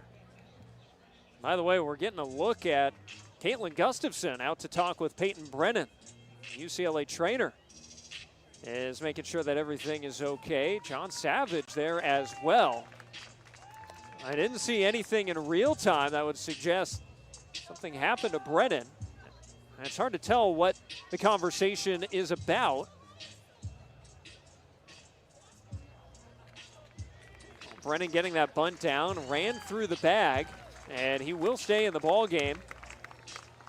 They weren't touching a body part or really examining a body part. We're going to get a look at the replay here. Did elevate that bunt a little bit, but it sat down. And he was kind of, as he was running over to first base, he started slowing down. Maybe felt something in his lower body, as he really They Started running a little gingerly. and then really pulled up after going through the bag a little bit. Perhaps his glute or something in that area. He sticks in, and they're going to test his reaction time, and he does get his right hand back to the bag safely on that pickoff throw from Damazonio. 1 on, 1 out, and a 1-1 score here in the last of the fourth. Cash Duggar at the plate, and the left-handed hitter takes down and away from Damazonio. A fastball just missing the outside corner. 1-0. So Eric Valenzuela with the long conversation there. That was extended with the check on Brennan. No pitch. Grounded, foul. Leaping into the air, sniffing the first baseman, took it. But a couple of steps into foul ground. 1-1 to Duggar. When UCLA won it all in 2013, hosted a regional here. Eric Valenzuela was involved in it. He was the pitching coach for Tony Gwynn in San Diego State at that time. Cal Poly also featured in that regional as well. Just trying to draw some parallels here. Oh, yeah. From 13 years ago. Hey, it's a small world, too. 1-1. Duggar sends it to the opposite field and foul. Off the left field line, 1-2. But you're going to get that because the West Coast teams have typically been slotted into West Coast regionals. What do you think of Brennan running there between first and second on that foul ball? I mean, he continued to look a little ginger on the left side of his body, somewhere around the hip is my guess, at least based upon just kind of watching him run there. When he ran through the first base bag on that bunt, he did take his left hand, touch his left hip a little bit. UCLA without Will Gasparino, as this ball is hit foul in the air down the left field line. Whose ball is it going to be? It lands fair in no man's land. Brennan has to hustle the second, and he's forced out. That's the second time that UCLA has had a fair ball where the lead runner has to hold up and then is eventually forced out anyway. Now Brennan will jog himself off here, and we hope he's okay. John Savage is out to talk with him as he makes his way back to the dugout.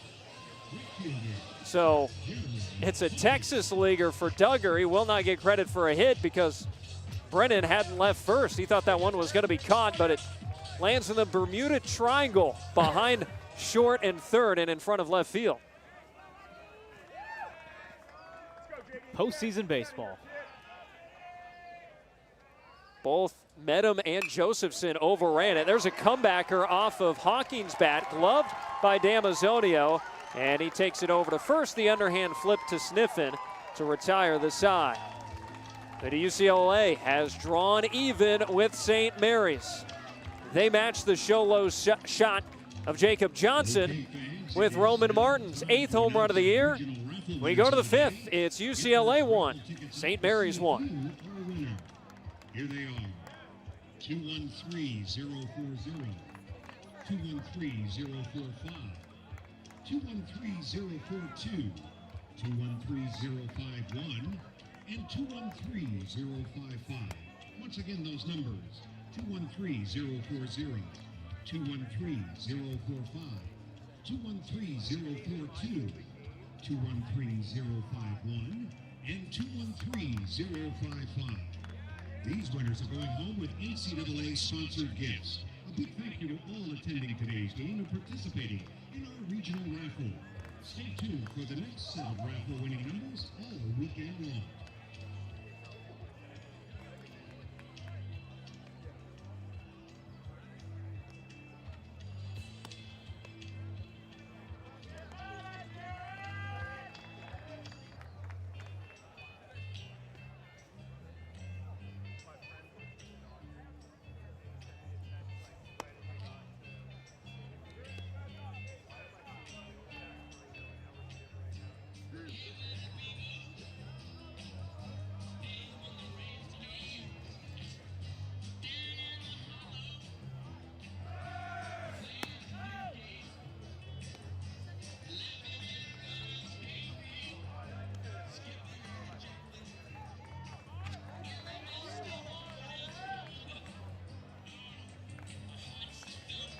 Well, UCLA is further short-handed in this game. When it rains, it pours. No Will Gasparino because of that ejection on Sunday. And now Peyton Brennan is out of the game. A 1-1 score as we go to the 5th. Phoenix Call will go out and play center field. And David Miza will come in to play at second base for the first time this year. Redshirt freshman out of Sierra Madre will feature in a game for just the 4th time this season. He's gotten some pinch hit looks and some blowout victories. And what a moment for him to play the field for the first time. First pitch from Moss into the shortstop. Medham is fouled back and out of play. Bottom of the order here for St. Mary's, 7, 8, and 9 with Allred and Kashimoto due to follow. So UCLA has its third option playing center field today with Phoenix Call now out there after Brennan started in place of Gasparino. 0-1 is grounded to the right side. First look for Miza. He's got it cleanly in the hole and throws out Medham. That'll help you settle into a ball game. 1 gone in the 5th. Oh, yeah. I mean, just on cue. And I was just about to say, what a cool opportunity for Miza to come in, have the ability to play in a regional. Of course, in adverse conditions, you obviously don't want your teammate to be hurt, and hopefully Peyton Brennan will be okay for the remainder of the series. But nice play by him over there on his first at-bat defensively out there for the Bruins. His first assist of his collegiate career. That brings up Allred, the left fielder, hitting from the right side, and Wyland Moss gets him to foul back into the screen. Dueling solo shots for St. Mary's and UCLA in the 4th. Johnson for the Gaels, Martin for the Bruins.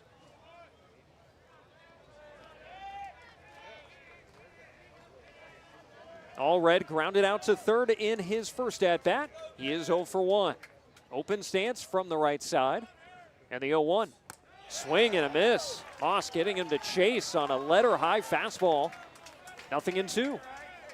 2 fastballs, that last one at 91. And Miza, of course, playing second base because Aiden Aguayo was a late scratch today. Depth on depth. 0-2. Changeup down and in. A ball and 2 strikes. And that depth being tested now today. UCLA is on its 3rd center fielding option and its 3rd second base option.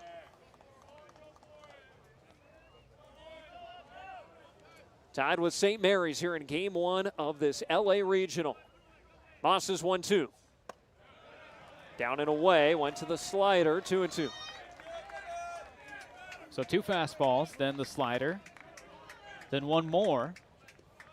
So see what he does here as he's throwing even pitches between the fastball and the breaking ball. 2-2. Swing and a miss. Got him out in front of the breaking ball. He really took a lot off of that one. Only 79 miles per hour. Allred way out in front. And it wasn't a pitch that really was where he wanted that location to be. It ended up a little bit up and in on the pitch. But Wyland Moss able to collect strikeout number 3 of his outing. There's a changeup that stayed up and in. Brings up Kashimoto. Switch hitter from the left side. Looks at the first pitch changeup down low. 1 ball and no strikes. Kashimoto 0 for 1. He bounced out to second. Roman Martin shallow at third. Kashimoto, an accomplished bunter. 1-0 in there for a called strike. Another changeup from Moss. Really leveraging that changeup. Just about to throw pitch number 60 of his outing. 1-1. Inside outed, foul.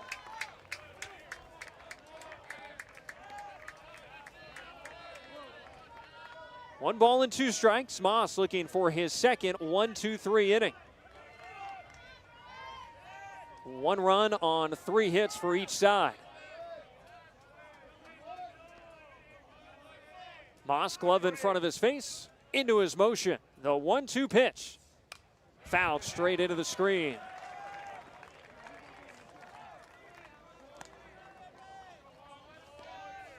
UCLA has Landon Stump getting loose in the bullpen. Ian May also milling about for the Bruins. As Moss looks to make it 5 full with this next pitch. Bases clear, 2 outs. And another 1-2 offering to Kashimoto. Upstairs with the fastball. 2-2. Trying to get him to see that high fastball and chase, but to no avail. Kashimoto with a good eye.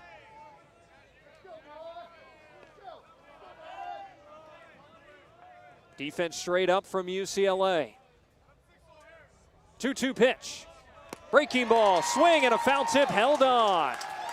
Back-to-back strikeouts to end the 5th for Wyland Moss. He is through 5 full here at Jackie Robinson Stadium. And as we reach the midpoint of regulation, it's UCLA 1, St. Mary's 1 in the Los Angeles Regional.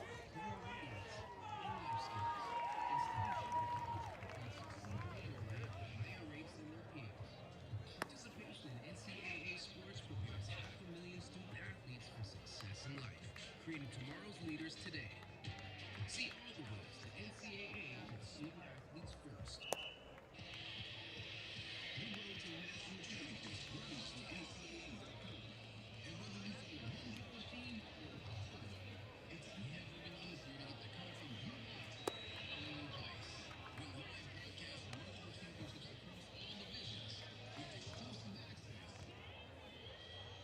And heroes for every single championship. Stay in the game all season long with NCAA.com, the home of college sports.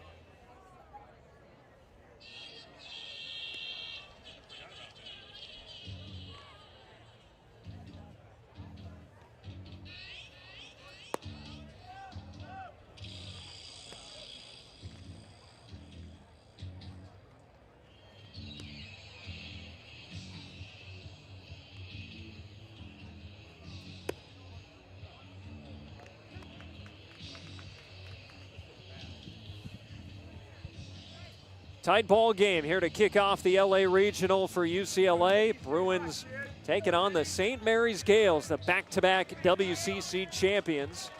1-1 our score, and the Bruins will bring 8, 9, and 1 to the plate here in the last of the 5th. Godoy, Call, and West.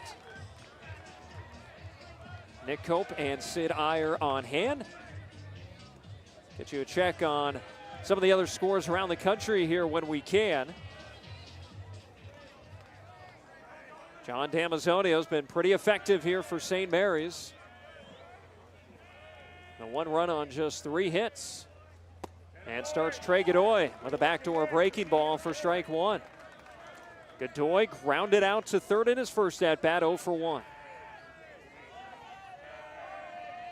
Some finals. You have a host going down in Hattiesburg. Southern Miss falls to Little Rock, the 4 seed there, 7-4. Godoy, loud contact to left center field. Griffith giving chase. It's over his head. One hops the wall and goes beyond his head back into the grass. Godoy settles on into second. A leadoff double here in the home 5th. Absolutely smoked that thing to left center field just past Griffith, the center fielder. I mean, that was off the bat at 101 miles per hour. Now UCLA officially out hitting St. Mary's in the game with their 4th hit of the ball game. And they've got a chance here with a runner in scoring position, no outs, and you've got Phoenix Call coming up, so they're gonna try and put a bunt down. That is surely what we would anticipate. And set up Dean West for a sac fly opportunity. Josephson shallow at 3rd. Call waiting at the plate. He squares. The pitch is bunted onto the right side. Fielded cleanly by Damazonio. Flips to first, retires Call, but a job well done. Advancing to 3rd goes Godoy. Now 1 out in the inning, and West will have the opportunity to put UCLA in front. I mean, it was Phoenix Call in that Big Ten Tourney Championship putting down that key bunt. Does it again here. He's done that throughout his career at UCLA. And as you mentioned, now the top of the order, Dean West, he just got to put this ball in play past the corners of the infield, and that run at 3rd, and Godoy is going to score. Corner infielders are shallow, middle infielders are playing back, and now they will come in. So all 4 infielders right on the edge of the infield cut. First pitch. Belt high strike with a fastball there from Damazonio running inside on West. 0-1 to UCLA's left fielder who has walked and put down a bunt single today. Now Dean West is going to have to put this ball out over these infielders to get that run in. Outfield is deep as West looks at a back foot breaking ball. 1-1. And these are moments that UCLA has struggled with at times. Runner on third, less than 2 outs. Trying to execute it here to give themselves a lead for the first time. 1-1 in the home 5th. Godoy on third, 1 away. The pitch is outside. West able to check his swing. Another fastball there from Damazonio. 2 balls and a strike.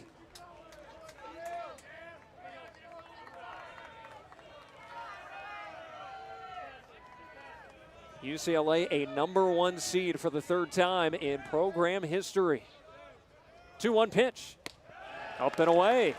3-1. And of course, the previous 2 times they've been the #1 overall seed, it hasn't gone well for them. In 2015, did not make it out of the regional.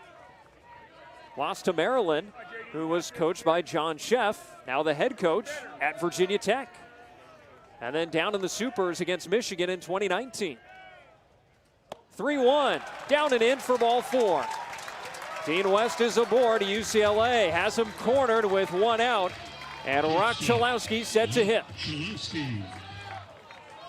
So a couple of walks now for Damazonio, but this one actually might be a good thing for him in a way, as now it sets up the double play. However, you face the presumptive #1 pick in the MLB draft this year.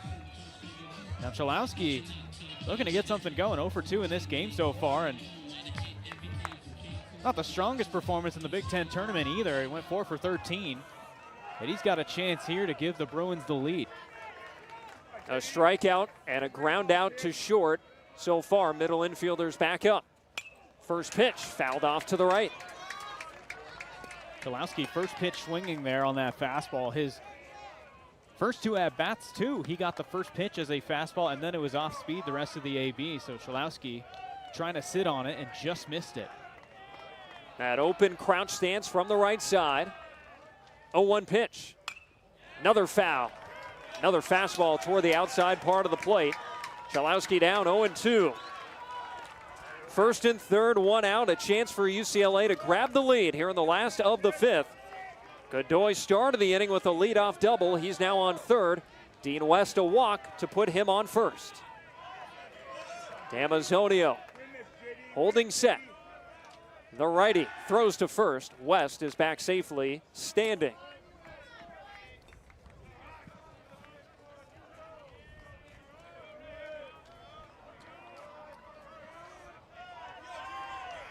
Chalowski settles back in. He waits, the 0-2. Up and in, brushing him back out of the way. A fastball from Damazonio. He's got a couple to burn. Count to 1-2. And 3 straight fastballs there. Could be a setup pitch for a breaking ball.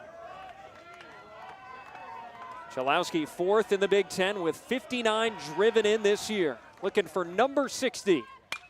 And there it is, a liner to left field is caught by Allred.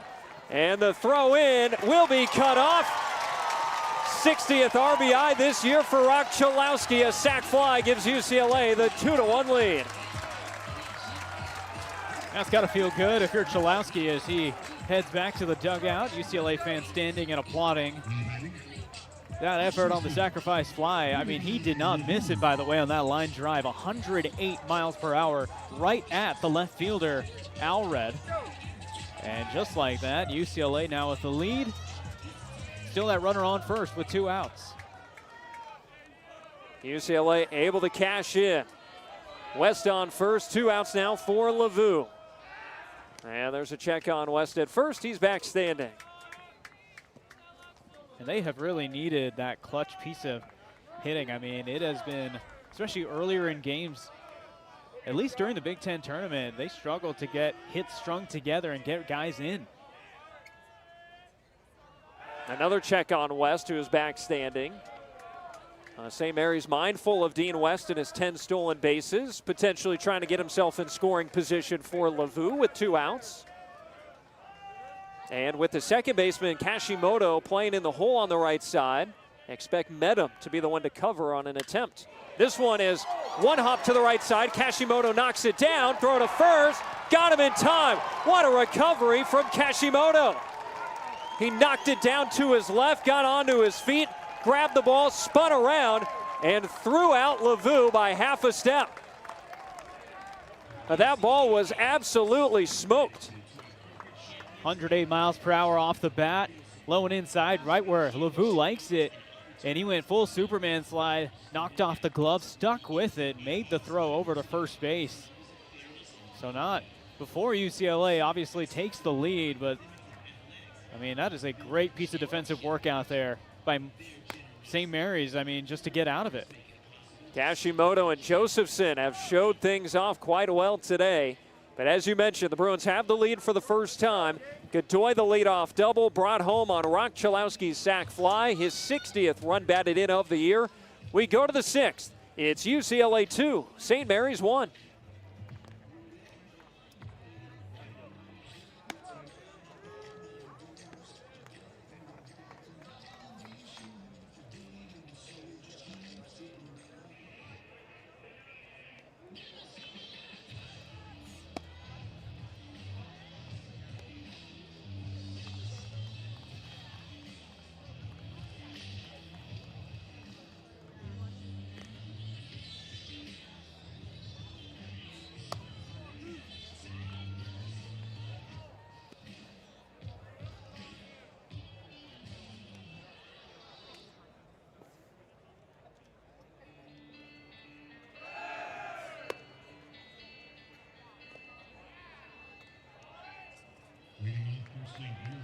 Center fielder Tanner Griffith. Moving right along here at Jackie Robinson Stadium, UCLA in front of St. Mary's 2-1. And it'll be the top of the lineup here for the Gaels. Wyland Moss continues, only 63 pitches through the first 5 innings. Got back-to-back strikeouts to end the 5th. He's got 4 punch-outs now, and now getting his 3rd look at the top of the lineup. Tanner Griffith, Diego Castellanos, and Makoa Sniffen due up here for St. Mary's. Teams have combined for just 3 runs and 7 hits to this point.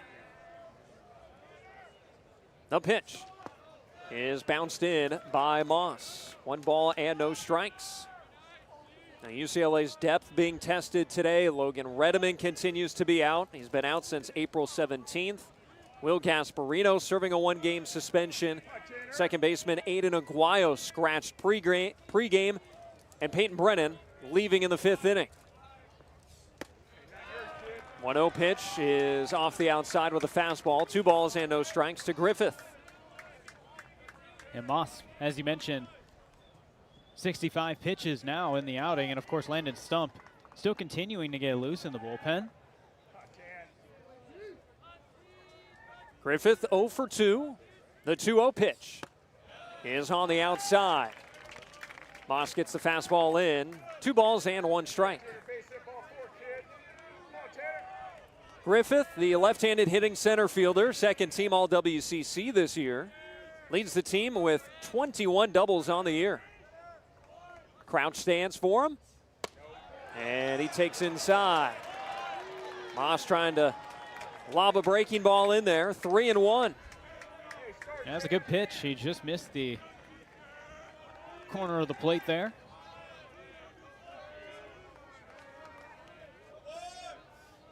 Moss trying to avoid his first walk of the day.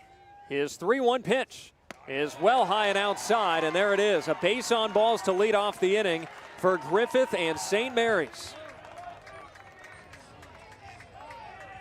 And Griffith, a guy who has walked now 44 times versus just 35 strikeouts this year. And he's got the table set now for the heart of the order, beginning with St. Mary's best hitter in Castellanos. And it also, to your point, Griffith being on, gives them a lot of speed. 17 stolen bases in 18 attempts for him this year. And John Savage is out. As you mentioned, Landon Stump has been standing by. He will make the call right away. He will not let Moss go more than one batter third time through. After the leadoff walk, that'll be it for the sophomore right-hander, who pitched very well today. 4 strikeouts, just the 1 run allowed on 3 hits, and will exit with the lead. Landon Stump, who had been starting on Sundays, has been great in the bullpen role. He will come into the ballgame here to help protect this 2-1 lead for UCLA. Bruins on top of the Gaels here in the top of the 6th, as Wyland Moss passes the ball and gets a standing ovation here at Jackie Robinson Stadium.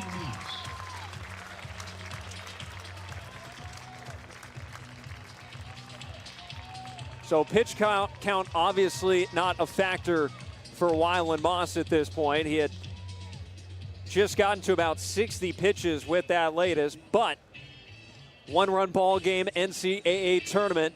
The leash is short for John Savage. Yeah, and I mean, as you mentioned, third time through the order as well. And you're facing Castellanos, who is 1 for 2 in the game already. But of course, another time through the heart of the order, just not a risk that John Savage is willing to take. And so with that, he turns it over to Stump, who, you know, as we've talked about throughout the season, he's been the guy who's come in on these weekends. 6'3" junior from Morgan Hill. And he looked especially good during the Big Ten tournament. And he provided them with just kind of lengthen those middle innings. And he's being tasked to do the same here. So as a reliever here over his last 3 appearances, which includes the Big Ten tournament semifinals and championship game, he's combined to go 5 2/3, allowing no runs, just 3 hits, couple of walks, and 5 strikeouts. So he's had his best stuff in this relief type of role here at the end of the year. Yeah, and I think in addition to that, in that first of those 3 relief outings, he threw about 40 pitches. So that's kind of the length that, you know, at least the tail end of what we might be able to expect. But of course, as a starter, I mean, he's had very much an elevated pitch count all the way up to 81 pitches. That was his season high earlier this year. That came against Minnesota in the middle of April. And, I mean, with Stump, by the way, on the mound, you're going to get a pretty high-powered fastball. Can get into the mid-upper 90s. Got a slider as well and a changeup. ERA of 4.3 on the season. And the key for him, much like Wyland Moss after last outing, is first pitch strikes. I mean, Stump can sometimes get into those moments where he starts walking guys. This season, though, he's been pretty good in that department. 52 innings pitched, just 22 walks, and about a strikeout an inning at 42. So his warm-up pitches are through, and Castellanos getting ready to settle in from the left side of the plate. We'll note that Chris Grotus is getting loose in the bullpen if UCLA gets into a bind. Definitely looking for Stump to carry an inning, if not 2 here. 2-1 UCLA, 1 on, nobody out, top of the 6th. And Stump's first pitch. There's a bunt popped up into foul ground. It's caught. Roman Martin is there. First out of the inning. Castellanos, the best hitter for St. Mary's. They ask him to bunt, and they cannot do it.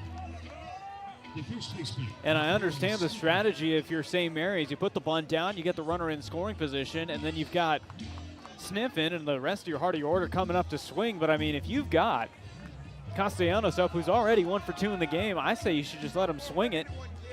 And instead, you get a pop out, and now 1 out in the inning. Gifting UCLA the first out here in the visiting 6th. Now it's Sniffin with Griffith on first. Pitches up and in from Stump, a fastball at 92. We'll still keep our eyes over there on Griffith. 17 for 18 this year when trying to steal a bag. Good sized lead over there at first. Miza, the second baseman, up the middle, right side wide open here. And there's a called strike 1 to the right-handed hitting Makoa Sniffin. Tried to check his swing, it did not matter. Plate umpire Jason Bradley has the count even now for Stump. 1 on, 1 out, and a 2-1 UCLA lead. Stump lobs a throw over to first, checking on Griffith, who dives back safely. To this point, neither team has had a hit with a runner on base. Each is 0 for 7. Sniffen trying to change that for St. Mary's. Chalowski deep in the hole on the left side. Martin hugging the line. The pitch is a line drive down the right field line. A fair ball. It catches the chalk. Hawking on after it, picks it up, and rounding third, being sent home, is Griffith. He will score without a play. We are tied once more. Sniffen digs it out, goes the opposite way, hits the chalk down the right field line to make it a 2-2 ball game. Griffith scores all the way from first. Yeah, fastball in, little high up on the plate at 92, and he basically fisted it out to just over Moulibai Lavu at first base. Off the bat at 87 miles per hour. And I mean, look, it's not the biggest swing, it's not the best piece of contact, but for St. Mary's, they will take it. So that sac bunt attempt obviously does not come back to hurt them. I say he dug it out. That was left elevated by Stump, and Sniffen went after it. So not out of the woods yet. Runner on second, one out for Armstrong. And he goes chasing. Swing and a miss on a slider down and away. Well, Griffith able to score easily. Hawking was playing off the line and never had a chance for a play at the plate there. Here's the pitch and a foul back into the screen. Stump in front, 0-2. UCLA continuing to shift here against Armstrong. 3 to the left of second, and Lavu more than halfway between first and second. Trying to make sure this stays on the infield with the outfield playing deep and no doubles. 0-2, Stump in front of Armstrong, who is 0 for 2 with a couple of bounce outs. And he fouls it high into the screen once again. 95 on the fastball there from Stump. That's the highest we've seen from him so far in this one. Trying to get that extra cheddar in to get the K.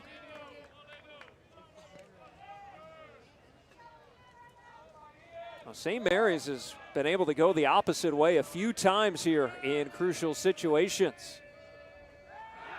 Stump kicks, looks back to second. St. Mary's looking for a balk. He did not throw it, but it was just a kick and a turn. So there's the one in action of the at-bat for Stump.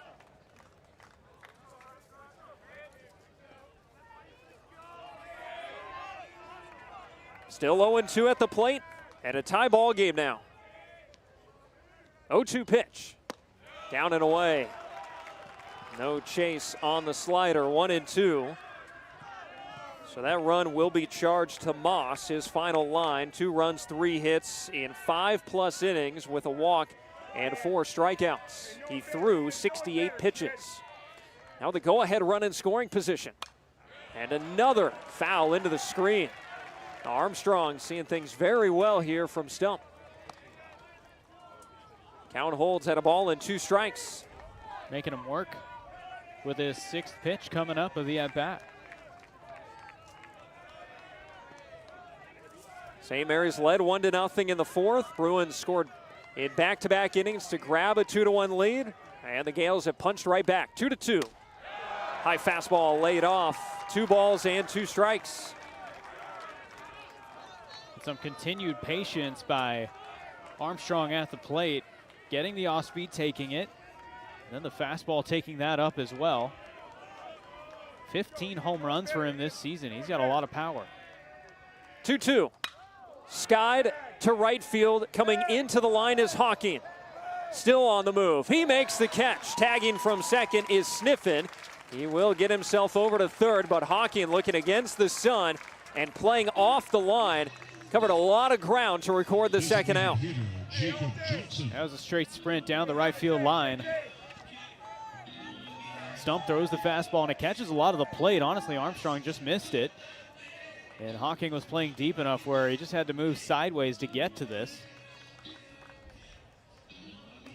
7-pitch battle, and Stump records out number 2, but he has to go through the guy who's been the most dangerous hitter today, Jacob Johnson.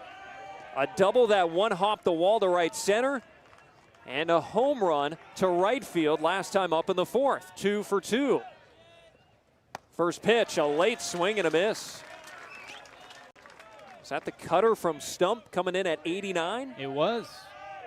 First one of the day.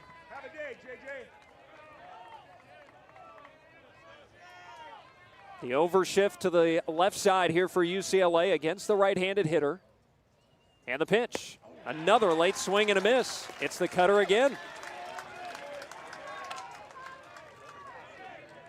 Johnson seems like he's anticipating it. He's sitting late. And now has to protect down 0-2. He's getting fooled on that movement. 2-2 ball game in the top of the sixth. The pitch, down and away. Another cutter, and this time Johnson able to lay off. Duggar had to slide to his right to keep it in front with that runner on third. 2 outs in the inning here for St. Mary's. The 1-4 matchup to begin the LA Regional. Stump holding set. Kicks and throws. Swing and a miss. He got him. A high fastball at 96 miles an hour ends the inning. But St. Mary's has drawn even. A walk and an RBI double from Makoa Sniffen have the Gaels back even with the Bruins. After 5.5, it's UCLA 2, St. Mary's 2 here at the Los Angeles Regional. At the NCAA Ticket Exchange.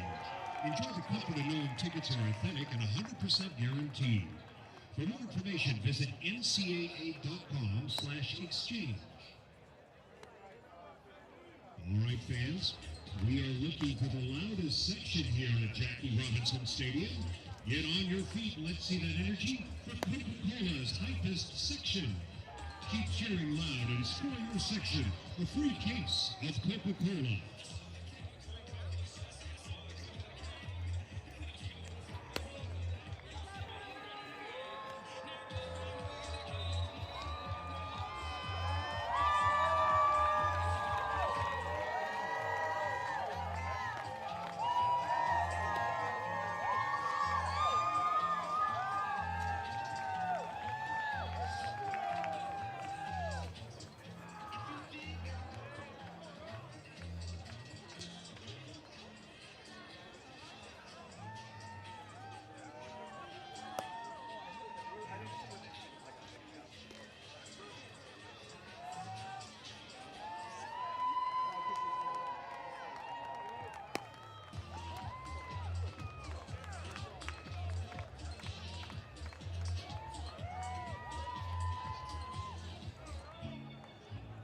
Leading off for the Bruins, third baseman Roman Martin.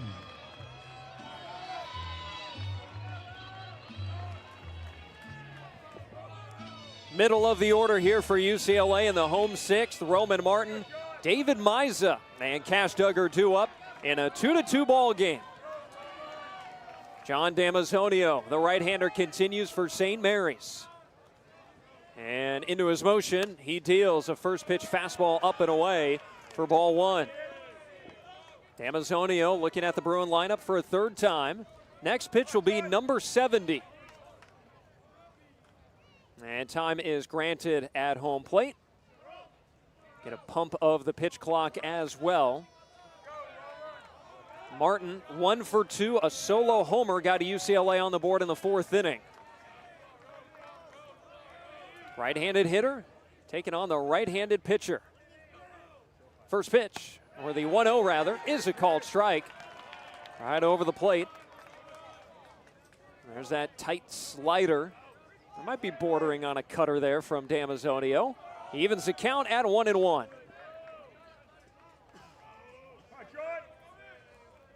The pitch. Swing and a foul tip held on for strike 2.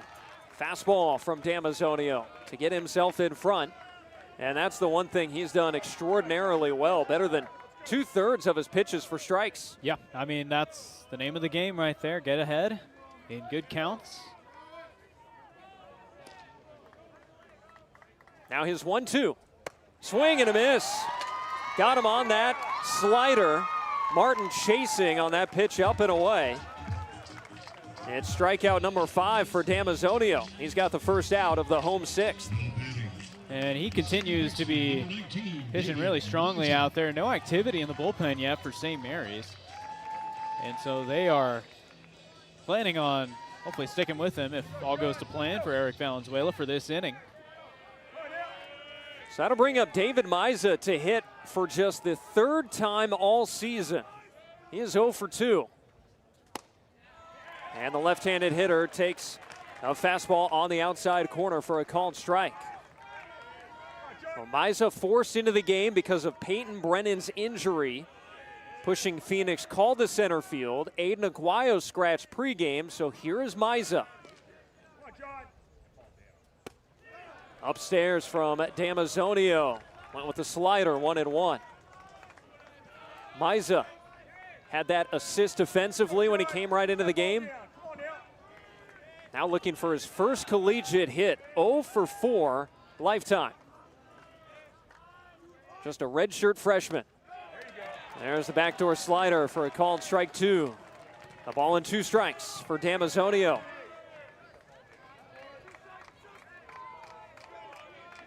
Miza growing up just east of here, out of Sierra Madre and LaSalle High School.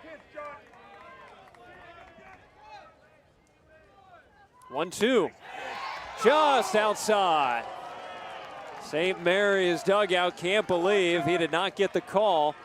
And that looked like the curve that time from Damazonio. Really tried to backdoor it, and the count evens 2-2. Yeah, I mean, curveball coming in at 82, just misses the outside. The pitch, swing and a miss, got him. Went back to the curveball, and a strikeout to retire Miza. Back-to-back punch-outs to begin the 6th, and that's now half a dozen Ks for Damazonio. He continues to have a really good outing. One out away from completing here the bottom of the 6th. Absolutely a great outing. And it's still a tie ball game, so UCLA has not been able to do a whole lot off of him, just 4 hits. Each team with 2 runs on 4 hits. As Cash Duggar swings and misses. Back to the breaking ball. And Duggar over the top, 0-1.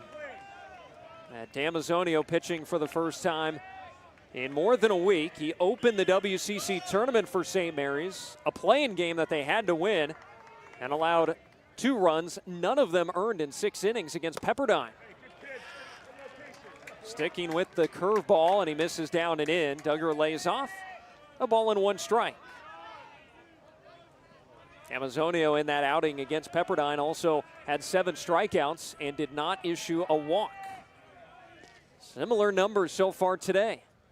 1-1 is a liner past the diving Medham, up the middle and through. Cash Duggar has a 2-out single for UCLA. That one off the end of the bat, nearly hung up for the shortstop Medham, ranging to his left to get there, just out of his reach and into center field. And staying back on a splitter on the outside part of the plate at 82. And able to just eke it past Medham, the shortstop. Jared Hawking will hit 0 for 2. 1 on, 2 out in the home 6th, a 2-2 score. Hawking fouls it off to the right. Fastball from Damazonio. And his velo has stayed pretty much exactly where it's been his entire start. That last fastball at 91 miles per hour.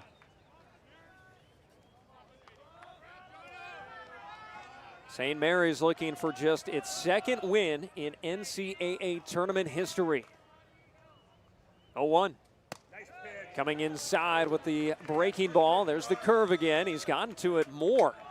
3rd time through the lineup. Count evens on Hawking, 1-1. Yeah, very clear change in approach here, as the 3rd time through the order is typically the most dangerous for a starter. 1-1. Upstairs. 2 balls and a strike. There's a slider coming up and in.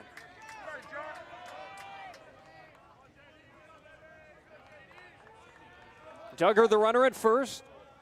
Moderate lead over there. Damazonio not paying him much attention. 2-1 pitch. Hawking grounds it sharply at third. Backhanded play by Josephson. Throw to first in time, and that'll end the inning. Josephson has had 3 highlight-worthy plays. That one just the latest. That could have been extra bases into the left field corner, but he was playing against the line, made the backhand snag as Hawking made really good contact, but nothing doing there for the Bruins in the 6th. Couple of strikeouts for D'Amazonio and a 2-out single left stranded. We go to the 7th in Los Angeles. It's UCLA 2 and St. Mary's 2.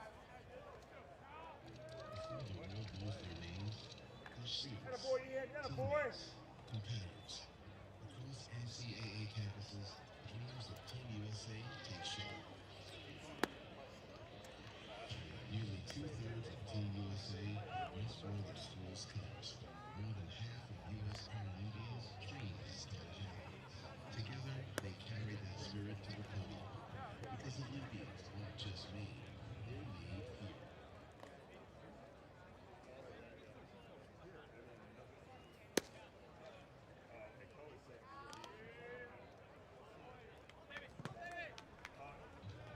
A new pitcher into the game for the Bruins, number 85, Cal Randall.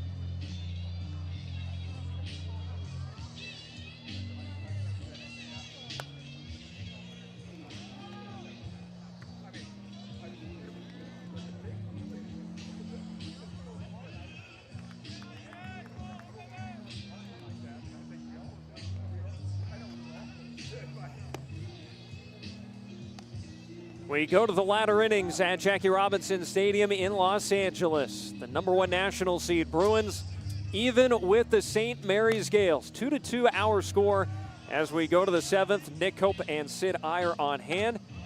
We have already seen 2 hosts go down today. Auburn lost to Milwaukee in a 4-1 matchup. Milwaukee scoring 12 runs today.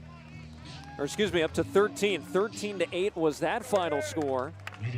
And then you also had a host in Southern Miss fall to Little Rock, 7-4. UCLA trying to avoid becoming the 3rd team. They're even here with the Gaels. New pitcher is Cal Randall for UCLA, facing 6, 7, and 8 for St. Mary's. Josephson, Medham, and Allred. And the first pitch to the left-handed hitter Josephson is a called strike from Randall. That first fastball at 97 miles per hour. So Randall initially was the 8th inning guy for UCLA. Now he's been bumped up to this 7th inning role. Out of the stretch with the bases empty. It's a swing and a foul, backing out of play. Cal Randall, by the way, I mean, the fastball, as you just heard, 97 miles per hour, 97 again, and he can get it up to 101 or so.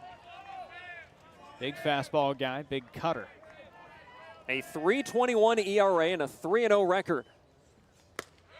Puts the fastball off the outside at 98. Josephson lays off 1-2. 32nd appearance of the year for Randall. 51 strikeouts in 28 innings. Has issued 18 walks. His 1-2 pitch is fouled back and out of play. Another fastball at 98 coming up and in on Josephson, who is 0 for 2 today. A strikeout and a flyout to right field. Both of those against starter Wyland Moss. Moss going 5+. Both runs charged to him. Landon Stump pitched the 6th. Randall off the outside again with the fastball, 99 miles per hour. Count to 2-2. And he's not missing by much on these fastballs. I mean, that one a little bit more outside.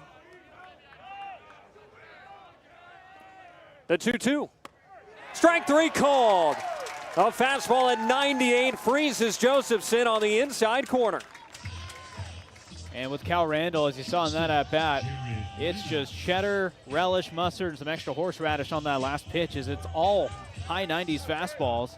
And he has really improved between his sophomore and junior years. I mean, he is nearly 2 strikeouts an inning now while limiting the walks to about the same as he had his sophomore year, which was already relatively low. And now has to face the shortstop, Medham. First pitch swinging, skies it to shallow right center field. Call from center, calls everybody off, and he makes the catch.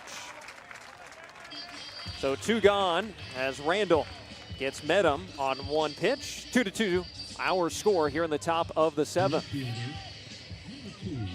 That horseradish, it's the fresh grated kind, right? Oh yeah, it's like extra bitter,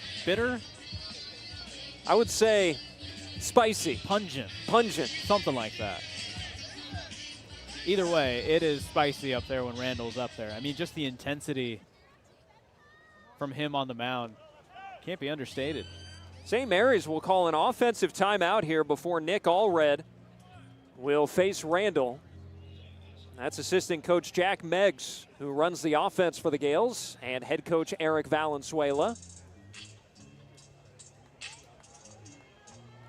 Making sure they're on the same page. St. Mary's, by the way, 2 runs on 4 hits. Technically getting out hit by UCLA by 1 hit. But all the offense coming in these middle innings. St. Mary's with run in the 4th and then in the 6th. And UCLA in the 4th and the bottom of the 5th. So Allred ready to go. Crouched open stance from the right side. And Randall's first pitch is a fastball in there over the inner half for a called strike. 97 to begin the at-bat. Remember at the start of the year, Randall went with a slide step, trying to minimize that time in coming home on his pitch. Comes inside and nearly hit Allred. It deflected the tip of Cash Duggar's glove. 1-1 the count. What would you say, maybe a month into the year, Randall brought that high leg kick back.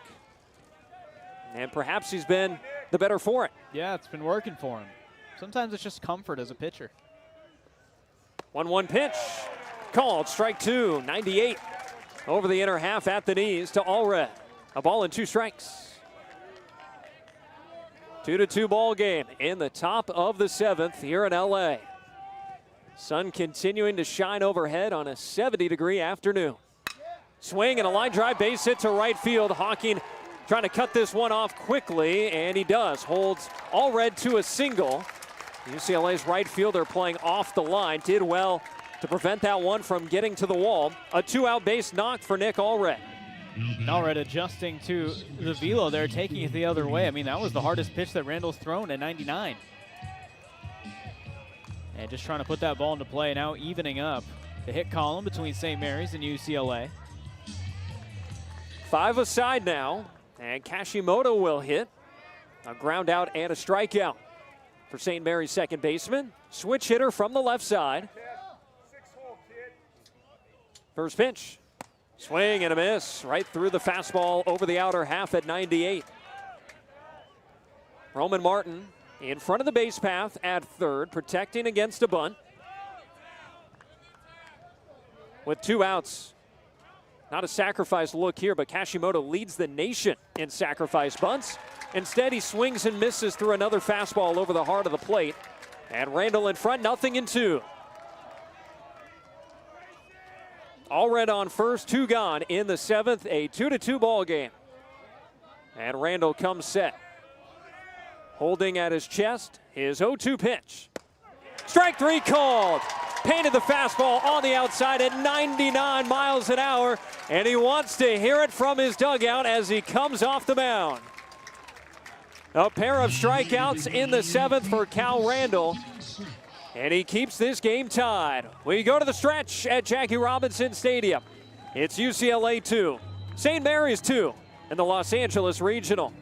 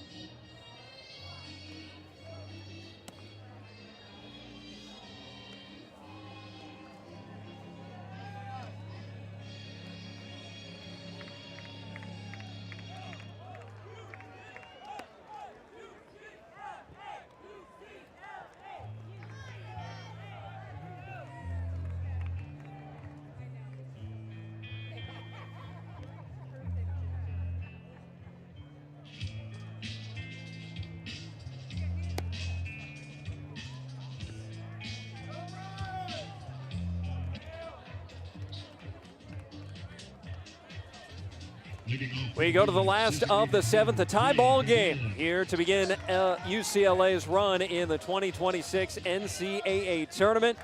It's the Bruins 2 and St. Mary's 2.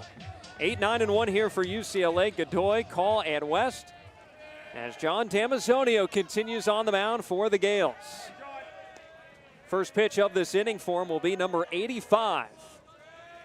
The left-handed hitting Godoy waits, holding that bat straight up and down.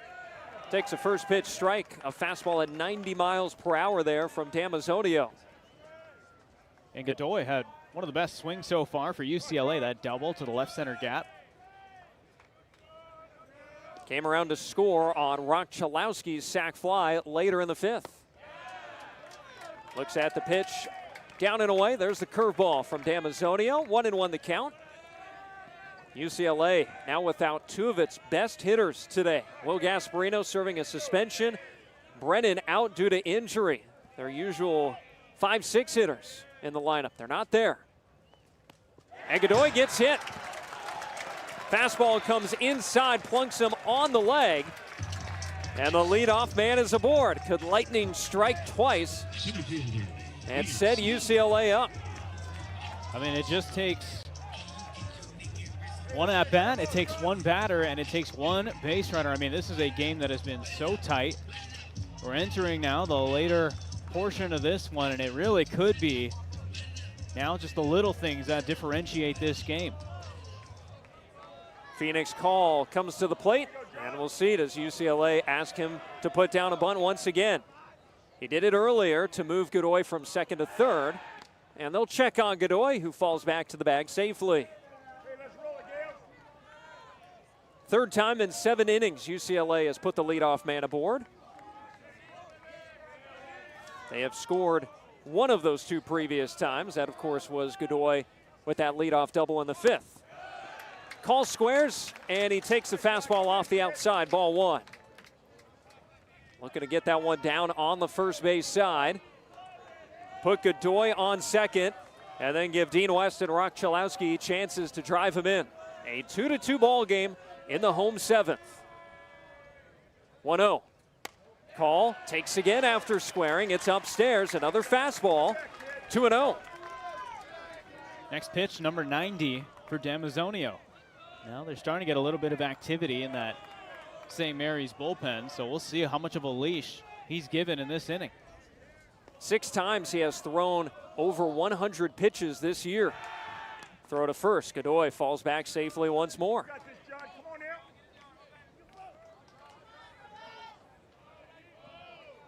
For Damazonio, that was the 3rd free pass he has issued today. 2 walks previously, and then the hit batter to Godoy. 2-0. Call takes again upstairs. 3-0. 3 consecutive fastballs up out of the zone. And we'll see what Phoenix Call chooses to do. Maybe take on this 3-0 and then square again on the 3-1. Can UCLA get that runner into scoring position without needing a sacrifice? Call squares. And there is a strike on the inside at the belt. 3-1. Cam Staton, a left-hander, is getting loose for St. Mary's. 3-1 to Phoenix Call. Trey Godoy on first, nobody out in the 7th. 2-2 ball game. And another pickoff throw. And Godoy back safely. Again, diving back to the bag. They're absolutely keeping close tabs on Godoy. He's got good speed. No stolen bases this year. Still 3-1 at the plate. The pitch. Call squares. Puts it down on the first base side. It's a good one. Damazonio able to cut it off and flip to the bag. But Phoenix Call does his job. Godoy advances to second. Second sacrifice executed by Phoenix Call. Zach bunt extraordinaire in Phoenix Call. Yeah, I'm late.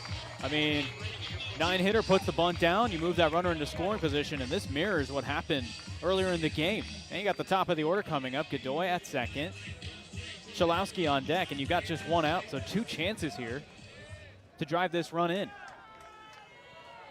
Dean West has not been retired today. A bunt single sandwiched by a pair of walks. Godoy in scoring position. And West takes outside a fastball from Damazonio, and he's now starting to lose just a little velocity on it. Now 90-91 versus pretty consistently at 92. Yeah, his pitch count now as well at 93. Mound visit here as Ian Armstrong, the catcher, going to talk out to Damazonio on the mound, and this is as well just to give time to Statton, who is warming up in the bullpen, and a couple extra pitches here to get loose. Home plate umpire Jason Bradley now coming up to break up the conference here on the mound. Yeah, just the battery communicating there on the mound. 2-2 ball game in the home seventh. Game one of the LA Regional, and UCLA trying to push itself back in front.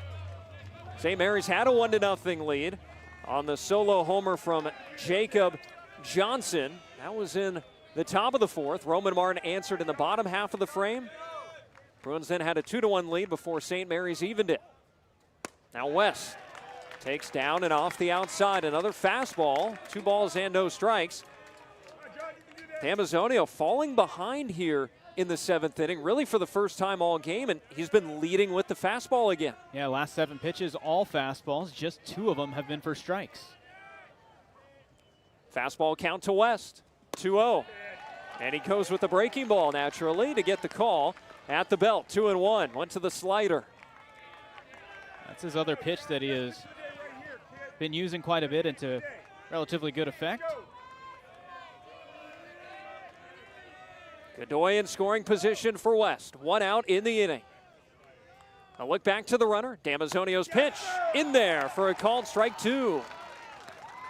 It's a fastball just at 89 miles per hour. Got West to cock the bat a little bit, but he ultimately took it to even the count. Defense straight up against UCLA's left-handed hitting left fielder. Damazonio comes home. Tapped foul, bouncing its way to the backstop. And West will see a 6th pitch here at 2 balls and 2 strikes. Damazonio, to your point, losing a little bit of a velo on that fastball this time. Little extra on it at 92. Godoy led off the inning. He was hit by a pitch, pushed over to second on the sac bunt from Call. And now it's Dean West at the plate. 2-2 pitch. Swing and a bouncer right back to Damazonio, and they've got Godoy in a runoff between second and third. Godoy running to third. Josephson tags him out there. West able to get in behind and advance to second himself. So there's now 2 outs in the inning. Godoy caught in the pickle, buys enough time for West to at least replace him. Now 2 outs in the inning, and it's up to Chalowski to give UCLA the lead. I mean, it's making the most of a tough situation. I mean, you can't really expect a comebacker to come back that quickly. And then, of course, Godoy moving on contact, but just wasting enough time to allow the Speedy West to get to second and basically reset the situation. Of course, with Brock Chalowski coming up, and Eric Valenzuela, the head coach for the Gaels, is coming out, and that is going to be it for John Damazonio, who put up a heck of an outing altogether,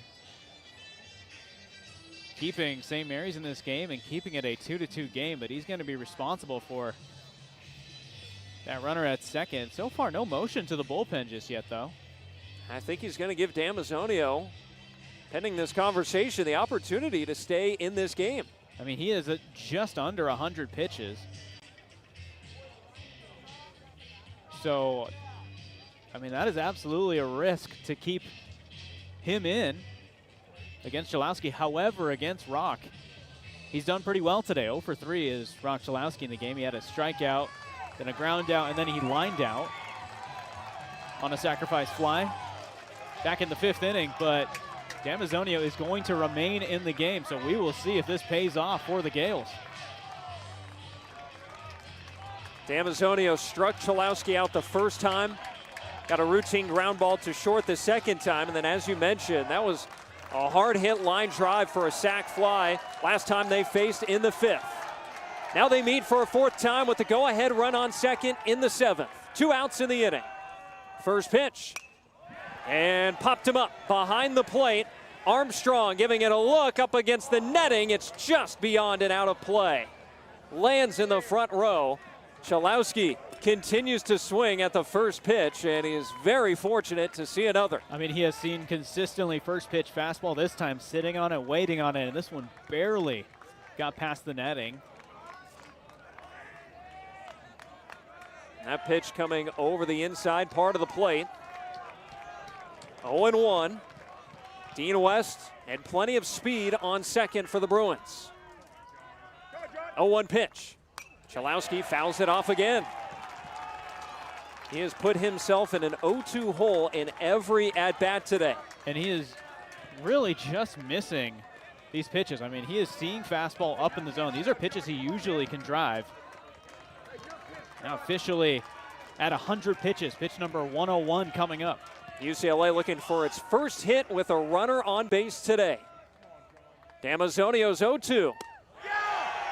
Just missed inside. Oh my goodness. How did Chalowski take that inside breaking ball? That barely missed, but plate umpire Jason Bradley did not give Damazonio the call. Another 1-2 coming up. He deals inside. That one was not close. 2-2. I mean, that 1-2 slider, that is far too close to take. So the count evens. 2 balls and 2 strikes. A runner on second and 2 outs in the inning. The pitch to Chalowski is grounded foul. That one running down and in, and Chalowski golfed it right towards his own dugout. Roman Martin in the hole had to duck out of the way. And this is where Damazonio is digging deep. You're over 100 pitches. That last fastball at 92. Against one of the best hitters in the country. Tie ball game. This is for all the marbles. And a go-ahead run in scoring position.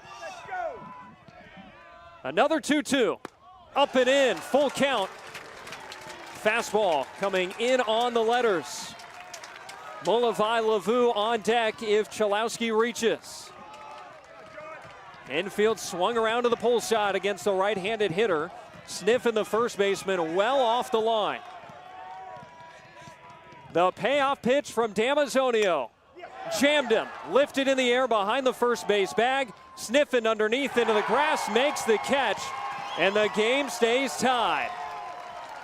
UCLA with a couple of at-bats with a runner in scoring position, unable to drive in Godoy and then West. No hits, a runner left on base. We go to the 8th inning. It's UCLA 2, St. Mary's 2 in the Los Angeles Regional.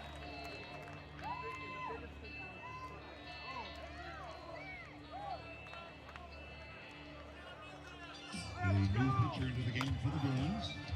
Number 12, Zach Strickland.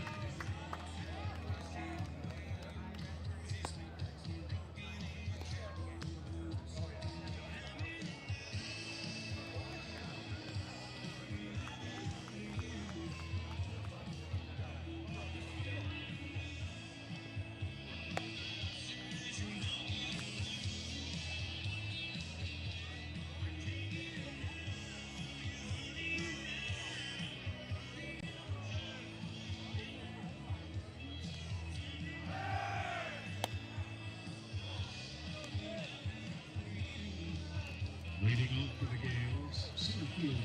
A tie ball game to open the Los Angeles Regional between UCLA and St. Mary's. The #1 national seeded Bruins against the two-time defending WCC champion Gaels. 2-2 our score. Top of the lineup here for St. Mary's against a new pitcher for UCLA, the freshman Zach Strickland, who over the last month has stepped into this 8th inning role for UCLA, but no matter the role he's pitched in this year, he has been phenomenal. I mean, he's been so good. I mean, impressed ever since really the fall, where, I mean, his teammates were raving about him, and he comes into a situation with a tie ball game. St. Mary's tied with UCLA with just 5 hits, tied with just 2 runs. And this is just a situation where you want 3 up, 3 down, get your guys back in the dugout. Griffith, Castellanos, and Sniffin. 1, 2, 3 for St. Mary's. And the right-hander Strickland's first pitch is down and in with a fastball. On the year, Strickland a 2.72 ERA, a 6-1 record as he makes his 26th appearance. In 36 innings, 49 strikeouts and just 6 walks. Team's hitting 195 against him. Griffith, the left-handed hitter, waits for the 0-1 and takes inside. Another fastball. 2 balls and no strikes. Velo-wise, Strickland in the low 90s or so. Those last couple of fastballs at 93 miles per hour. A strikeout, a flyout, and most recently a walk and a run scored for Griffith. Ahead 2-0. Strickland's pitch. Called strike on the outside. Again at 93.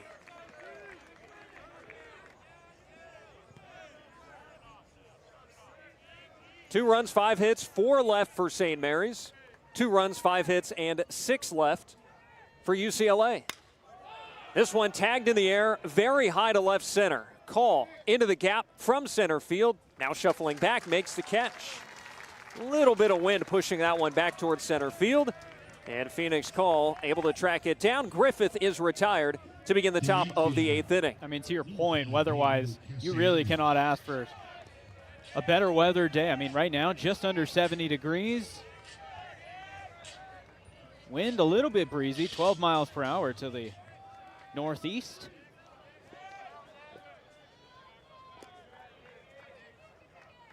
So that brings up Castellanos. And the left-handed hitter takes a called strike on the outside. Another fastball from Strickland. Game 2 of this regional will feature the 2-seed Virginia Tech against the 3-seed Cal Poly. Those teams are here, and they have congregated beyond the right field corner to take this one in. Strickland's 0-1 in there. A called strike 2, 95 miles an hour. Best velo of the day. Castellanos singled in the first inning, but since then, a ground out and a pop out. All told, 1 for 3. 2-2 ball game with the bases clear and 1 out. 0-2 is fouled off to the left. Infield playing the left-handed hitter to pull. Lavu hugging the line at first. Miza at second into the outfield. Grass in shallow right. Chalowski playing up the middle just to the left. And Martin off the line at third. 0-2 puts away the fastball way upstairs. Castellanos easily takes it. The count to 1 ball and 2 strikes. All fastballs from Strickland so far.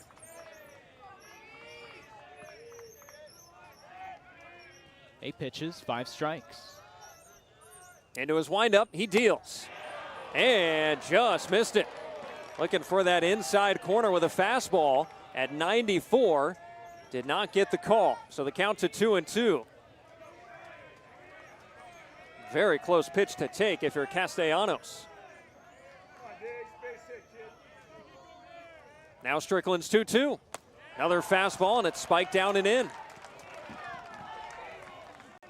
A full count offering upcoming now. Castellanos hoping to get himself aboard as a go-ahead run here in the 8th inning with 1 out on the board. 3 balls, 2 strikes. Strickland into his motion, kicks and throws. Swing and a high fly ball down the left field line. This will get out of play into the UCLA bullpen. Good at bat, pitch number 8 coming up for Strickland here against Castellanos. All fastballs. Strickland goes to the rosin bag on the back of the mound. before throwing this next payoff pitch. Glove to his face, turns, kicks, delivers. Fastball grounded right back to him. He snagged it with the glove. Over to first, the flip to LaVue. 2 gone in the visiting 8th.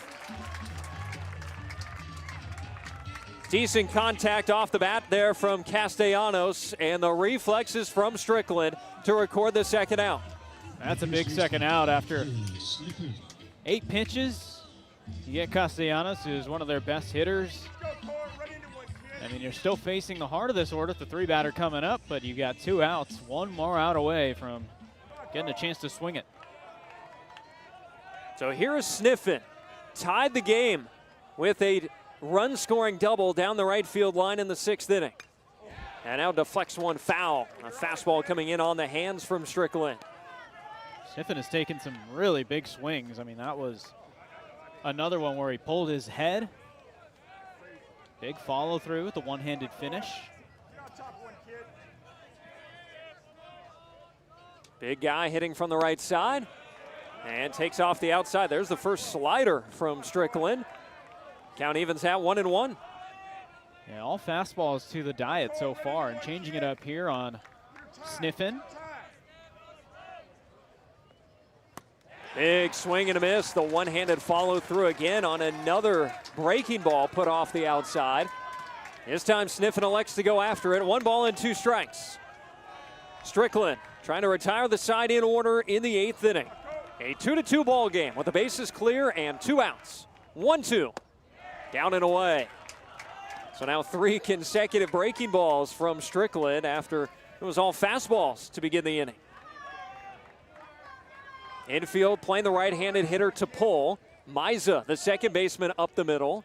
LaVue midway between first and second. 2-2.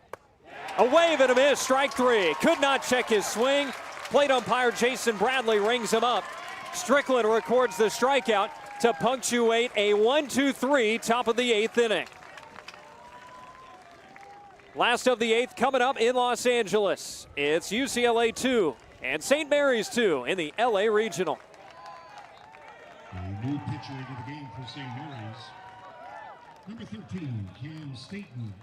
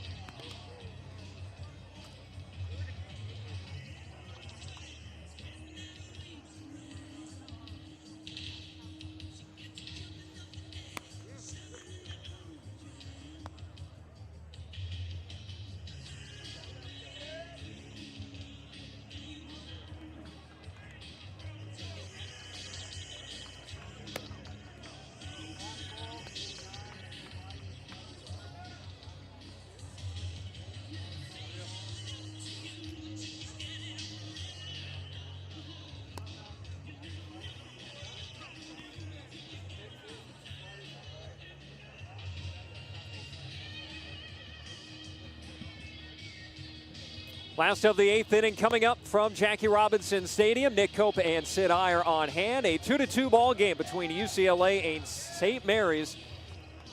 Ball game is done for John Damazonio, but the ace for the Gaels, a phenomenal effort here against the #1 national seed. Damazonio allows 2 runs on 5 hits in 7 innings, issuing 2 walks, striking out 6, and throwing 105 pitches, and most importantly, able to get those 2 outs with a runner in scoring position in the 7th. I mean, it was a little bit of a tightrope at the end, but a truly good outing, and it provides St. Mary's so many options later in this weekend. And turning it over to the bullpen now.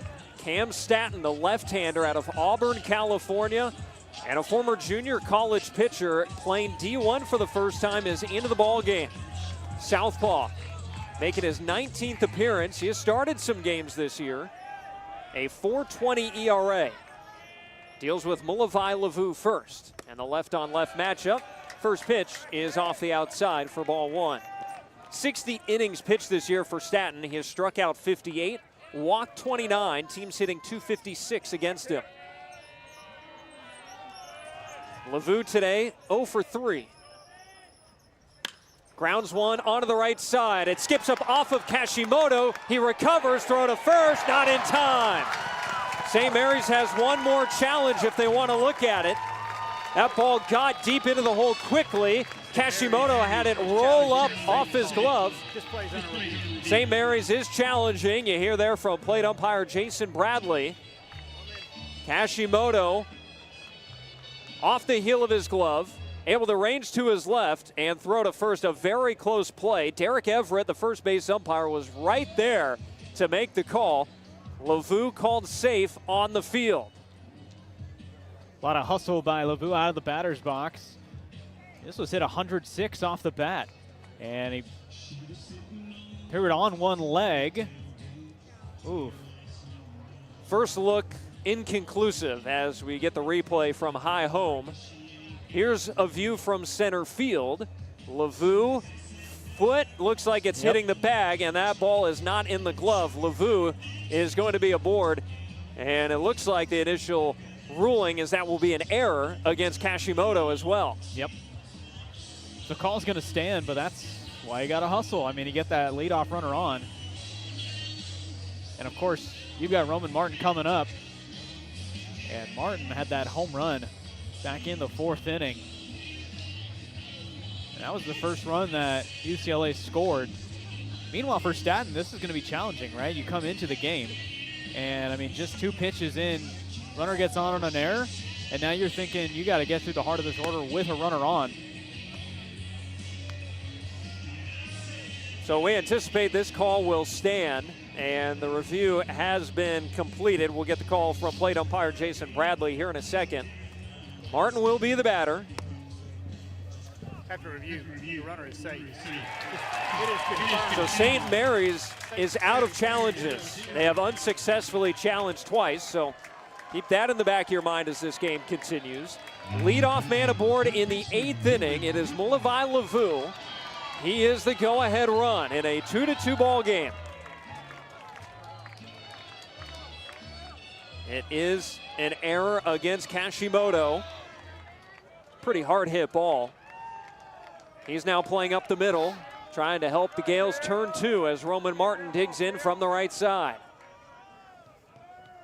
Stanton's first pitch, down and in.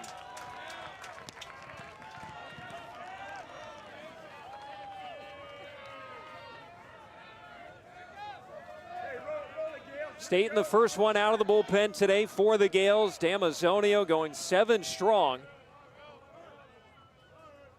Now Staten's 1-0. Down and in. 2-0 to Roman Martin. That was a slider from Staten there, and he's got a 4-pitch mix. Fastball, cutter, then a slider, and then a changeup. That slider was coming in at 85. The pitch.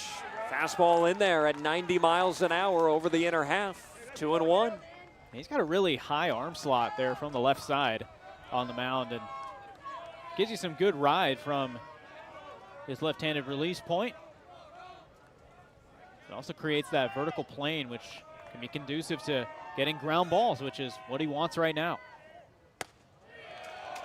Up and away, back to the fastball. 3-1 to Martin. Each team with 2 runs on 5 hits.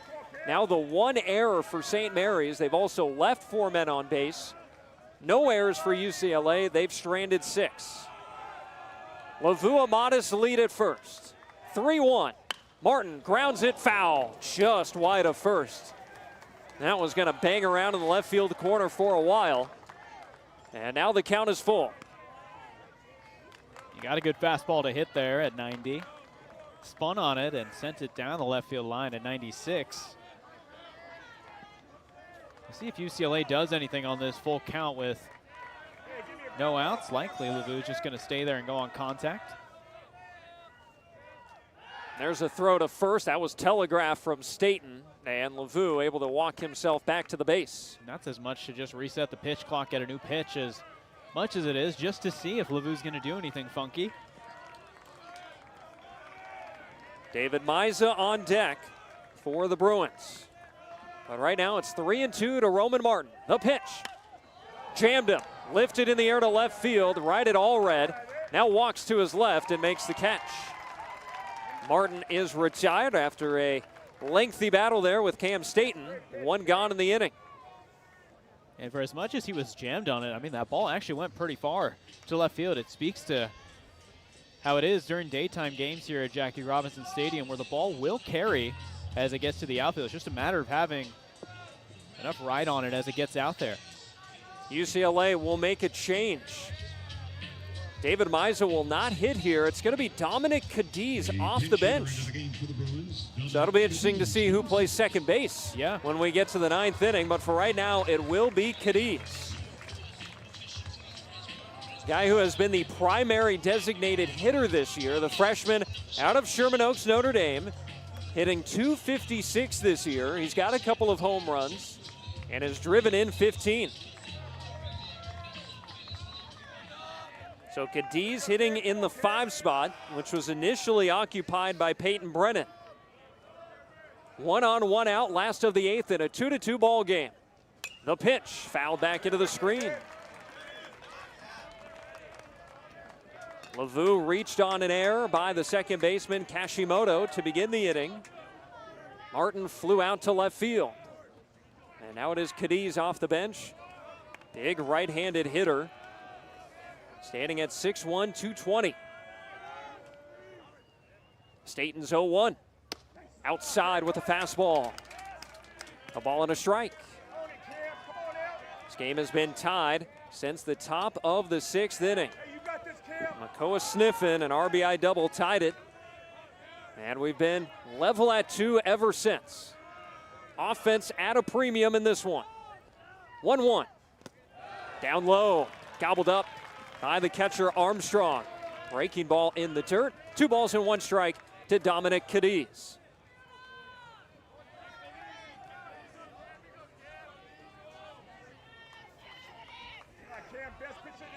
LaVue on first, taking a modest lead. 2-1 pitch. And it's golfed into right center field. There's some room out there. Castellanos giving chase, makes the catch on the run. 2 gone. As Cadiz flies out, Diego Castellanos with good closing speed. He was playing towards the line. Griffith, the center fielder, was shaded to left center. There was a lot of room out there in right center field, but Castellanos tracks it down. Yeah, good play down right field, battling the sun. And the pinch hitter, Cadiz, not able to take advantage of the situation. So the chess match goes to the Gaels, at least for that AB. Brings up Cash Duggar, who is 1 for 3. Staten looks at first, comes home. Duggar shows bunt and takes upstairs. Fastball missing from Staten.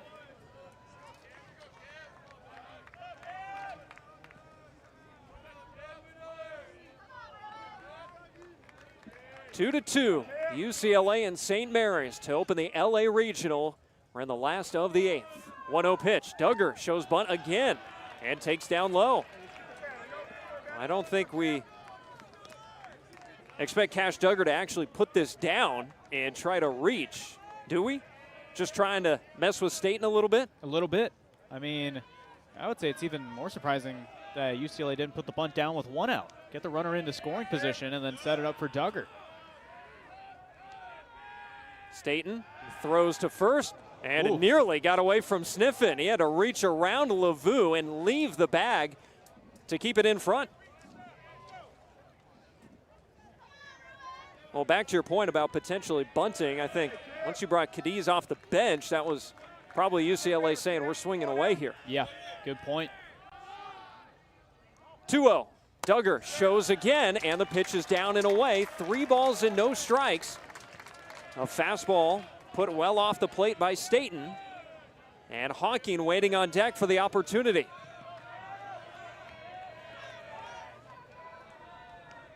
3-0 to Duggar. Go ahead run on first, 2 outs in the 8th. Duggar squares again, and it's ball 4 outside with a fastball. A 4-pitch walk to put Duggar on base and push the go-ahead run in Lavu into scoring position. So this gets very interesting. I guess to our earlier conversation, it's kind of like the equivalent of a sac bunt. You've got the free pass.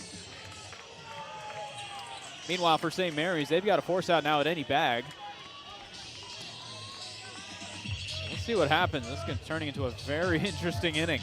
An error and a walk have 2 men on for the Bruins.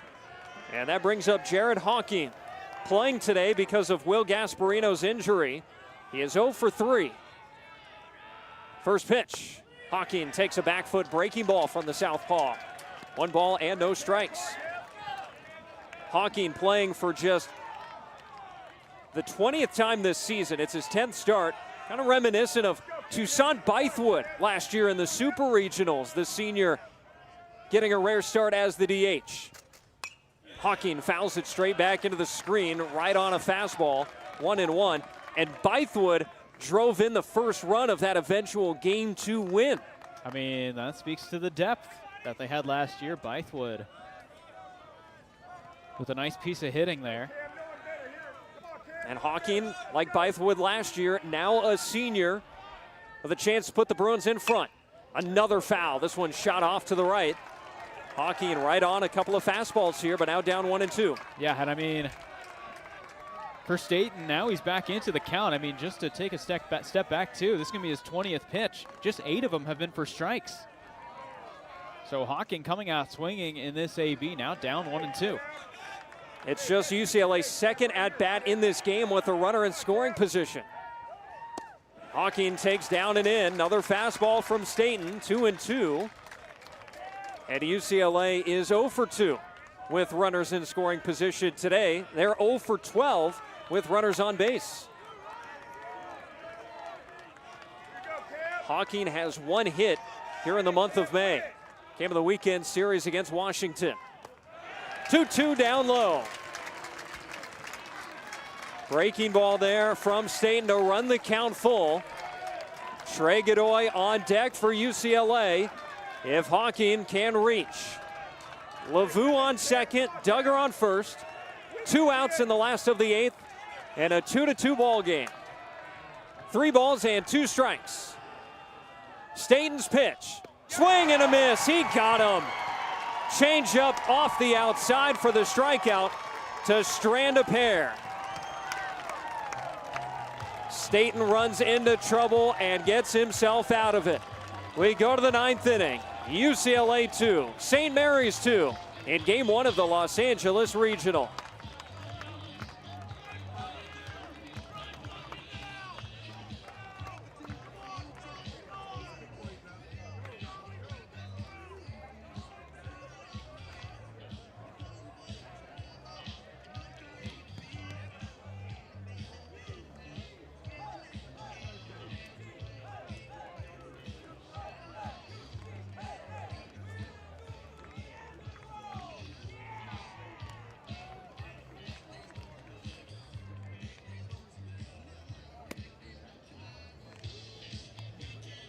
A new pitcher into the game for the Bruins, number 27, Easton Hall.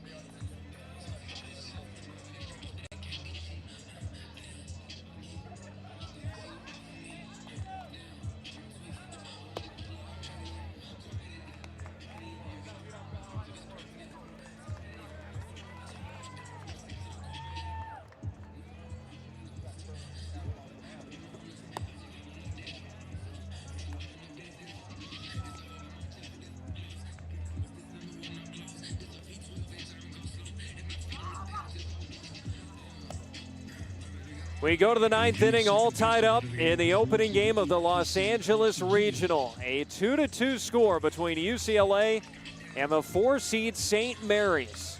Easton Hawk out of the bullpen and into the ball game. The closer has been terrific for the Bruins. 14 saves, second most in the nation, and he has not allowed an earned run in his last 24 appearances going back to early March. And he has closed out 11 of the last 18 wins for UCLA, including getting the win in all 3 games of the Big Ten tournament when UCLA had 3 straight walk-offs. Yeah, I mean, he has been such a big guy out of the bullpen, though. Fastball easily into the upper 90s. Had that multi-inning outing, to your point, during the Big Ten tourney. And here he's looking again. He's coming in familiar territory, the top of the 9th inning. Not a save situation, of course, with a tie ball game. But here we go. Much like those games, it's going to come down to the wire for UCLA. New second baseman for the Bruins is the guy who's been their number 2 catcher this year, Kaysen Consarinia, out to play second base. And if you include Aiden Aguayo, who was slotted as the day's starting second baseman before being scratched, Consarinia becomes the 4th different guy to play the position today.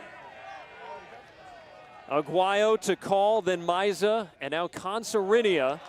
And the first pitch is down and away from Easton Hawk to Ian Armstrong.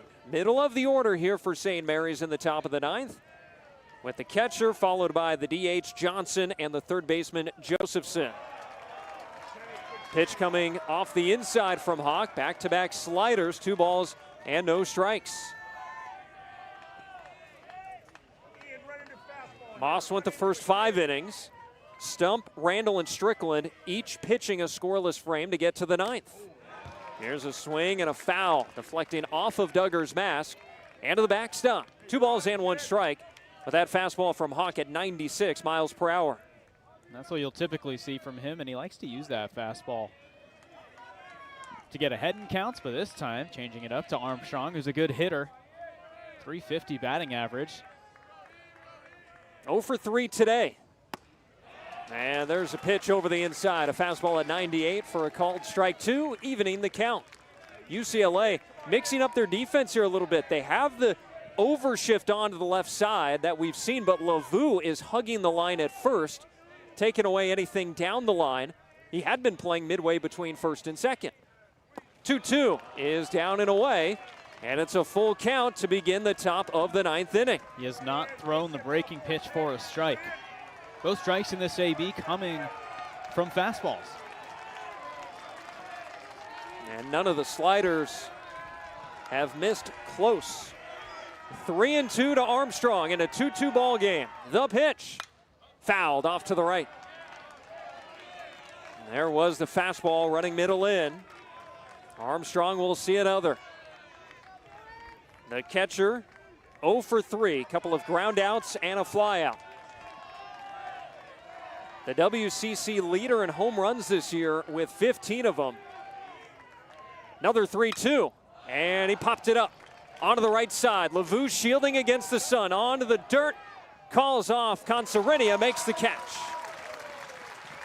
That ball spent a lot of time in the air. Lavu heard the footsteps of Consarinia, put up his right hand, says, I got it. And he did reel it in, out number 1 in the 9th inning. Doing the pop-up polka to get the catch on that one. I mean, the exit angle on that, just to express how high that went, 70 degrees. So safe to say he hit that one straight up. Lavu playing at the foul line over at first base. Ended up nearly at a normal second baseman's depth. Now here is Johnson. He lays off the slider off the outside. He cocked the bat, thought about it. But it's ball 1. UCLA sticking with the overshift. 3 to the left of second, and Lavu hugging the line at first. Same defense against back-to-back right-handed hitters, and another slider off the outside, 2-0. Yeah, and I mean, of these 9 pitches, he has thrown 5 sliders, and those have counted for all the balls he has thrown. All fastballs otherwise that he has thrown have been strikes. Jacob Johnson with 2 of the 5 hits today for St. Mary's, a double and a home run. Right on a fastball, clipping it to the backstop. 2 balls and a strike. 97 that time from Hawk, who was up to 99 miles an hour in the Big Ten Tournament Championship game against Oregon when he went 3 scoreless out of the bullpen pitching into extra innings. Now it's 2-1 to Johnson. Down and away, a slider. And the Gaels are picking it up well. There's a lot of break on that pitch, but they aren't biting. I mean, they are just waiting on the fastball. They are taking anything vaguely with movement. Another 3-ball count, 3-1. The pitch. In the air to right field. Hawkeen rather, at the dirt, at the fence, it's gone! Johnson does it again! Opposite field, solo shot to give St. Mary's a 3-2 lead in the 9th inning. That ball kept going and going, aided by the wind. It gets pushed out of here, out of a leaping Jared Hawkeen. St. Mary's has stunned UCLA here in the top of the 9th. Second of the game for Johnson, who had 2 in the WCC tournament last week. Takes a fastball and goes the other way. St. Mary's in front, 3-2.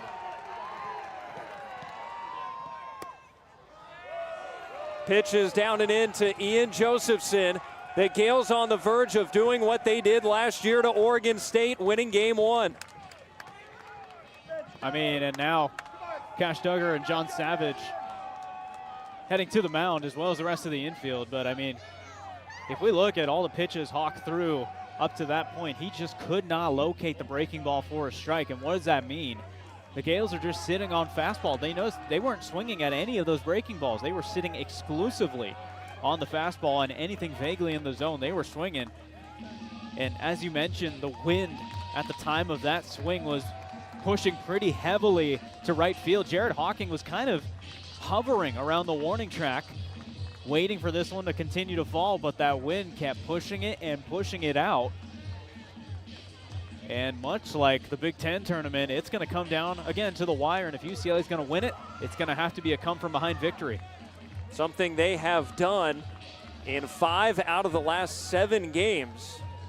They will have 8, 9, and 1 due up as we look ahead to the 9th inning. Still just 1 out here in the top of the 9th. Josephson 0 for 3 with a couple of strikeouts. And here's Easton Hawks 1-0. And that is fouled off to the left.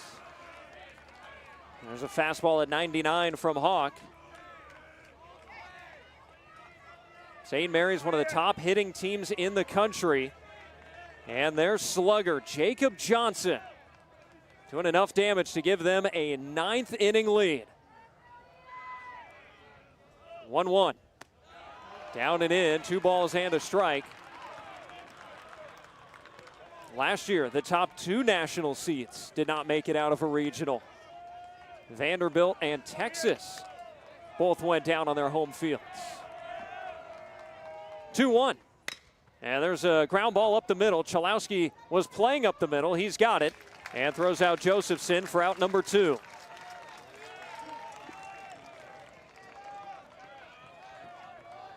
So that'll bring up the shortstop, Medham. And a stunned UCLA contingent here.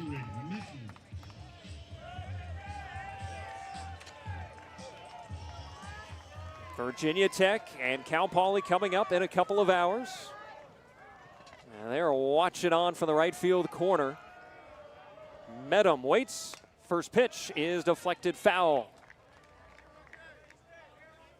Well, that ball landed right at the feet of some of the Virginia Tech Hokies watching from that right field fence. And yeah, it seemed innocuous at first. Hawkeen had settled at the edge of the warning track and then realized he had to keep going and just ran out of room. Upstairs with a fastball, 1-1.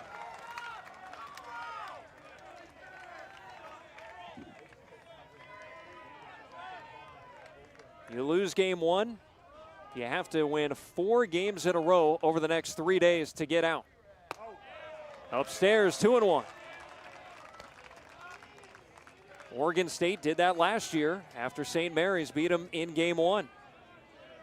Beavers were able to rally and get all the way to Omaha. Right now, UCLA looking for the final out in the ninth. 2-1, way upstairs with a fastball. 3-1, and that's been the issue here in the ninth inning for Hawk. A lot of 3-ball counts. Yeah, and it doesn't help that he hasn't been getting ahead of anybody. 0 for 4 on first pitch strikes. 18 pitches, just 8 of them have been for strikes. Upstairs, ball 4. The inning continues.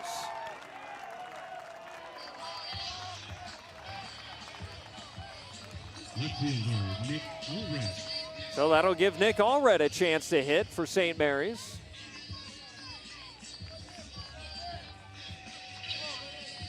And they are just sitting on fastball.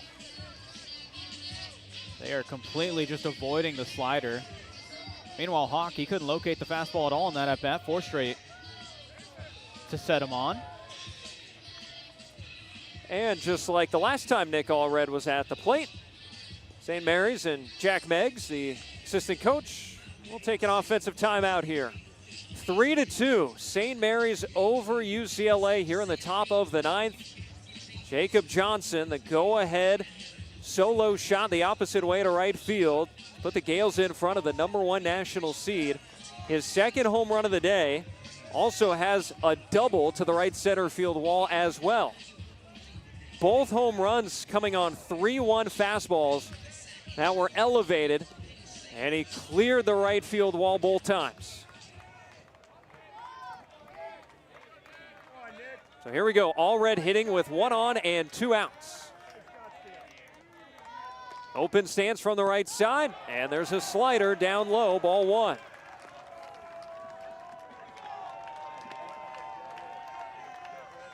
That's 5 straight balls by Easton Hawk.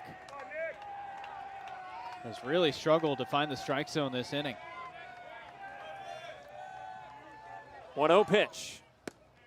There's the first slider he's gotten in the zone for a called strike. Through the front door to even the count at 1-1.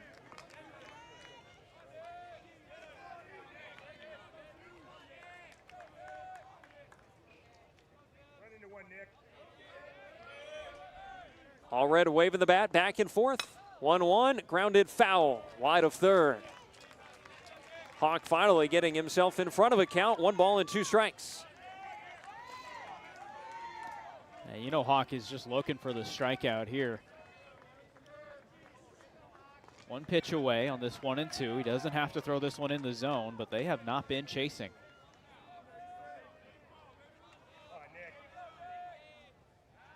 Lobs a throw over to first, checking on Medham.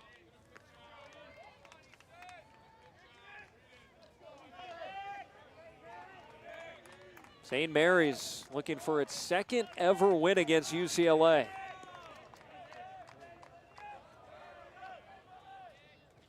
A pitch blocked by Duggar.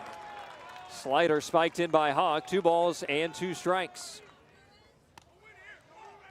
St. Mary's just the second team in WCC history to win back-to-back conference tournament titles. Eric Valenzuela was at St. Mary's, took the Long Beach State job, and then went back to Moraga in 2024. There goes the runner, and the pitch deflected foul. Medham running on the pitch. Now, this was the St. Mary's team before Valenzuela got there that had pretty much no notable history. Had just a couple winning seasons in the 2 decades before his arrival back in 2014. 2-2. Struck him out with the slider to end the inning. And now UCLA is down to its final 3 outs when we return here in Game 1 of the LA Regional. So the Bruins have some more magic left. They've delivered plenty of it over the last couple of weeks. Need some more of it here today. We go to the last of the 9th. It's St. Mary's 3, UCLA 2.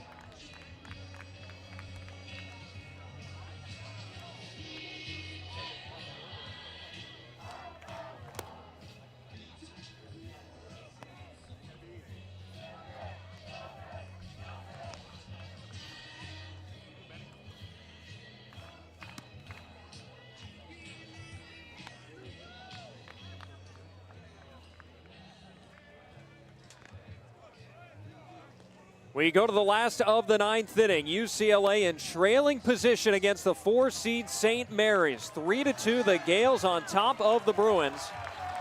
8, 9, and 1 in UCLA's order. Godoy, Call, and West due up. See if UCLA has more dramatic left in it. They enter this game with 3 consecutive walk-off wins, in desperate need of a 4th. Godoy with a double and a hit by pitch in his last 2 plate appearances.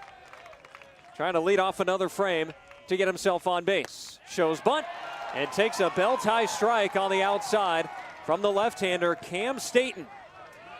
It was the starter John Damazonio who allowed 2 runs in 7 innings. Passed the baton to Staton, who stranded a pair in scoring position in the 8th. And now he is out there for the 9th. Upstairs with a changeup to Godoy, 1 ball and 1 strike. A heck of a time for UCLA to have to play 3 different center fielders and 4 different second basemen today. Well, that's the hand they've been dealt. 1-1 down and away, 2 balls and a strike. All breaking balls here.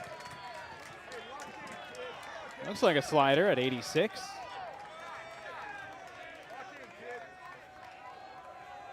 A couple of regional hosts have already gone down today, Auburn and Southern Miss. Staton's 2-1. Fastball drilled foul into the screen. Godoy right on it, 2-2. Just last weekend in Omaha, Bruins beat Purdue on a walk-off sac fly, beat USC on a Lavu 3-run homer, and then got a walk-off hit by pitch with the bases loaded to beat Oregon.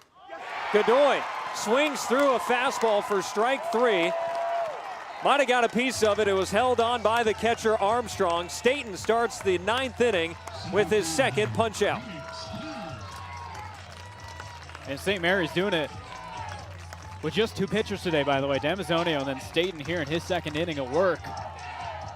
And that is such a big strikeout for him. He's facing the bottom of the order here.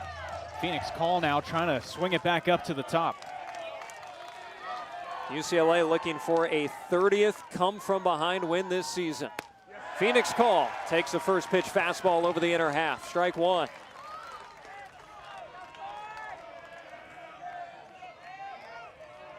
Three runs on 6 hits, an error, and 5 left for St. Mary's. 2 runs, 5 hits, no errors, and 8 left for UCLA.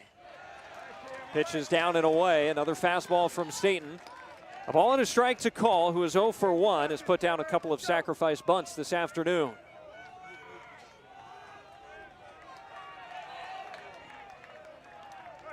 Open stance from the right side of the plate. Staton's pitch is grounded foul. 1-2. Took something off of that pitch that was about belt high. Call was on top of it.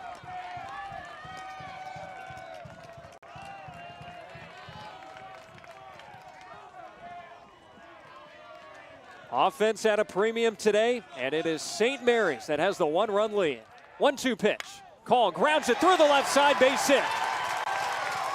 Out into left field, Call rounding first, holding up there. The tying run is aboard here in the 9th inning. A 1-out single for Phoenix Call. 6th hit of the ball game for UCLA, but that might be the biggest one here so far to start something here in the 9th inning with 1 out. It's his first hit in 20 at-bats. And most importantly, safe for a double play ball here from Dean West. That means Rock Chalowski will have a chance to hit. There you go. 1 on, 1 out, and here is West. He squares and takes a called strike at the belt. A fastball there from Staton. And here's the question. If you're going to put that bunt down, move that runner from first over to second. Phoenix Call good speed at second. But now you got 2 outs in the 9th, but Chalowski on deck. Is that the risk that John Savage wants to take? 0-1 pitch. No square this time from West as he takes upstairs. Well, I'm sure if you told John Savage, hey, you're going to be down a run today, You're going to have the tying run on second. You're going to have Rock Chalowski at the plate. He'll take it. He'll take it. Every time. 1 ball and 1 strike. The pitch. Upstairs again with a fastball. 2-1.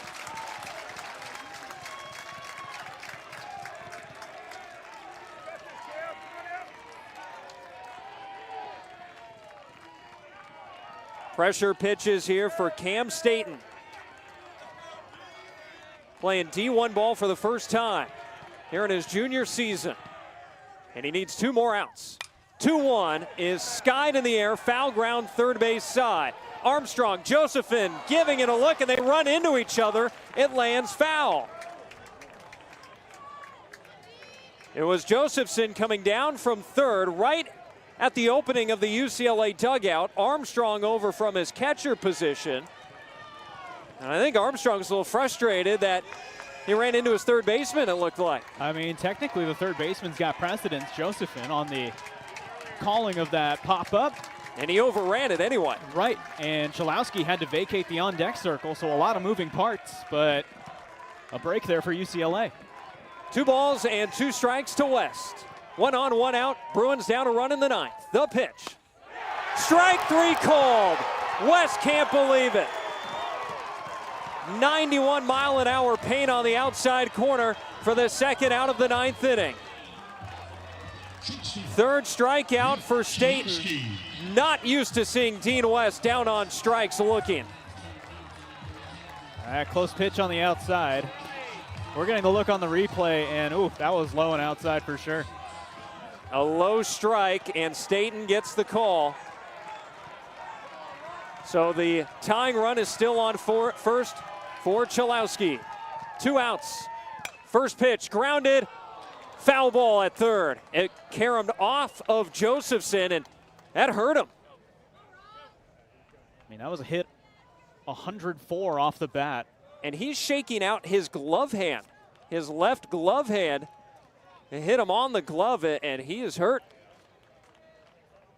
Might have just caught him on the wrist side area of the palm.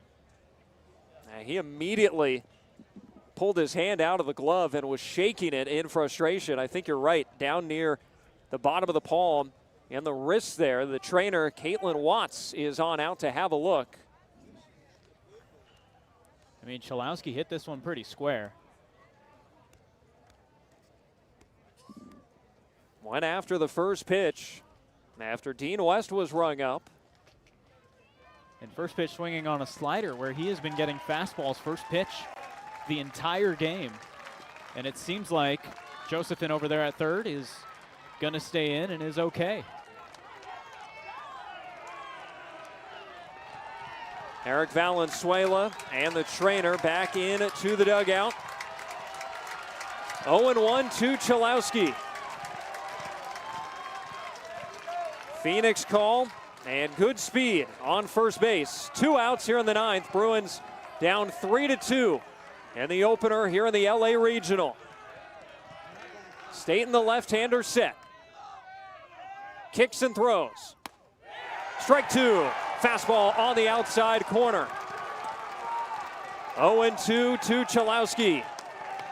The St. Mary's fans on the first base side onto their feet. The Gaels 1 strike away from an upset win to open the postseason. 0-2 pitch. Driven in the air to center field.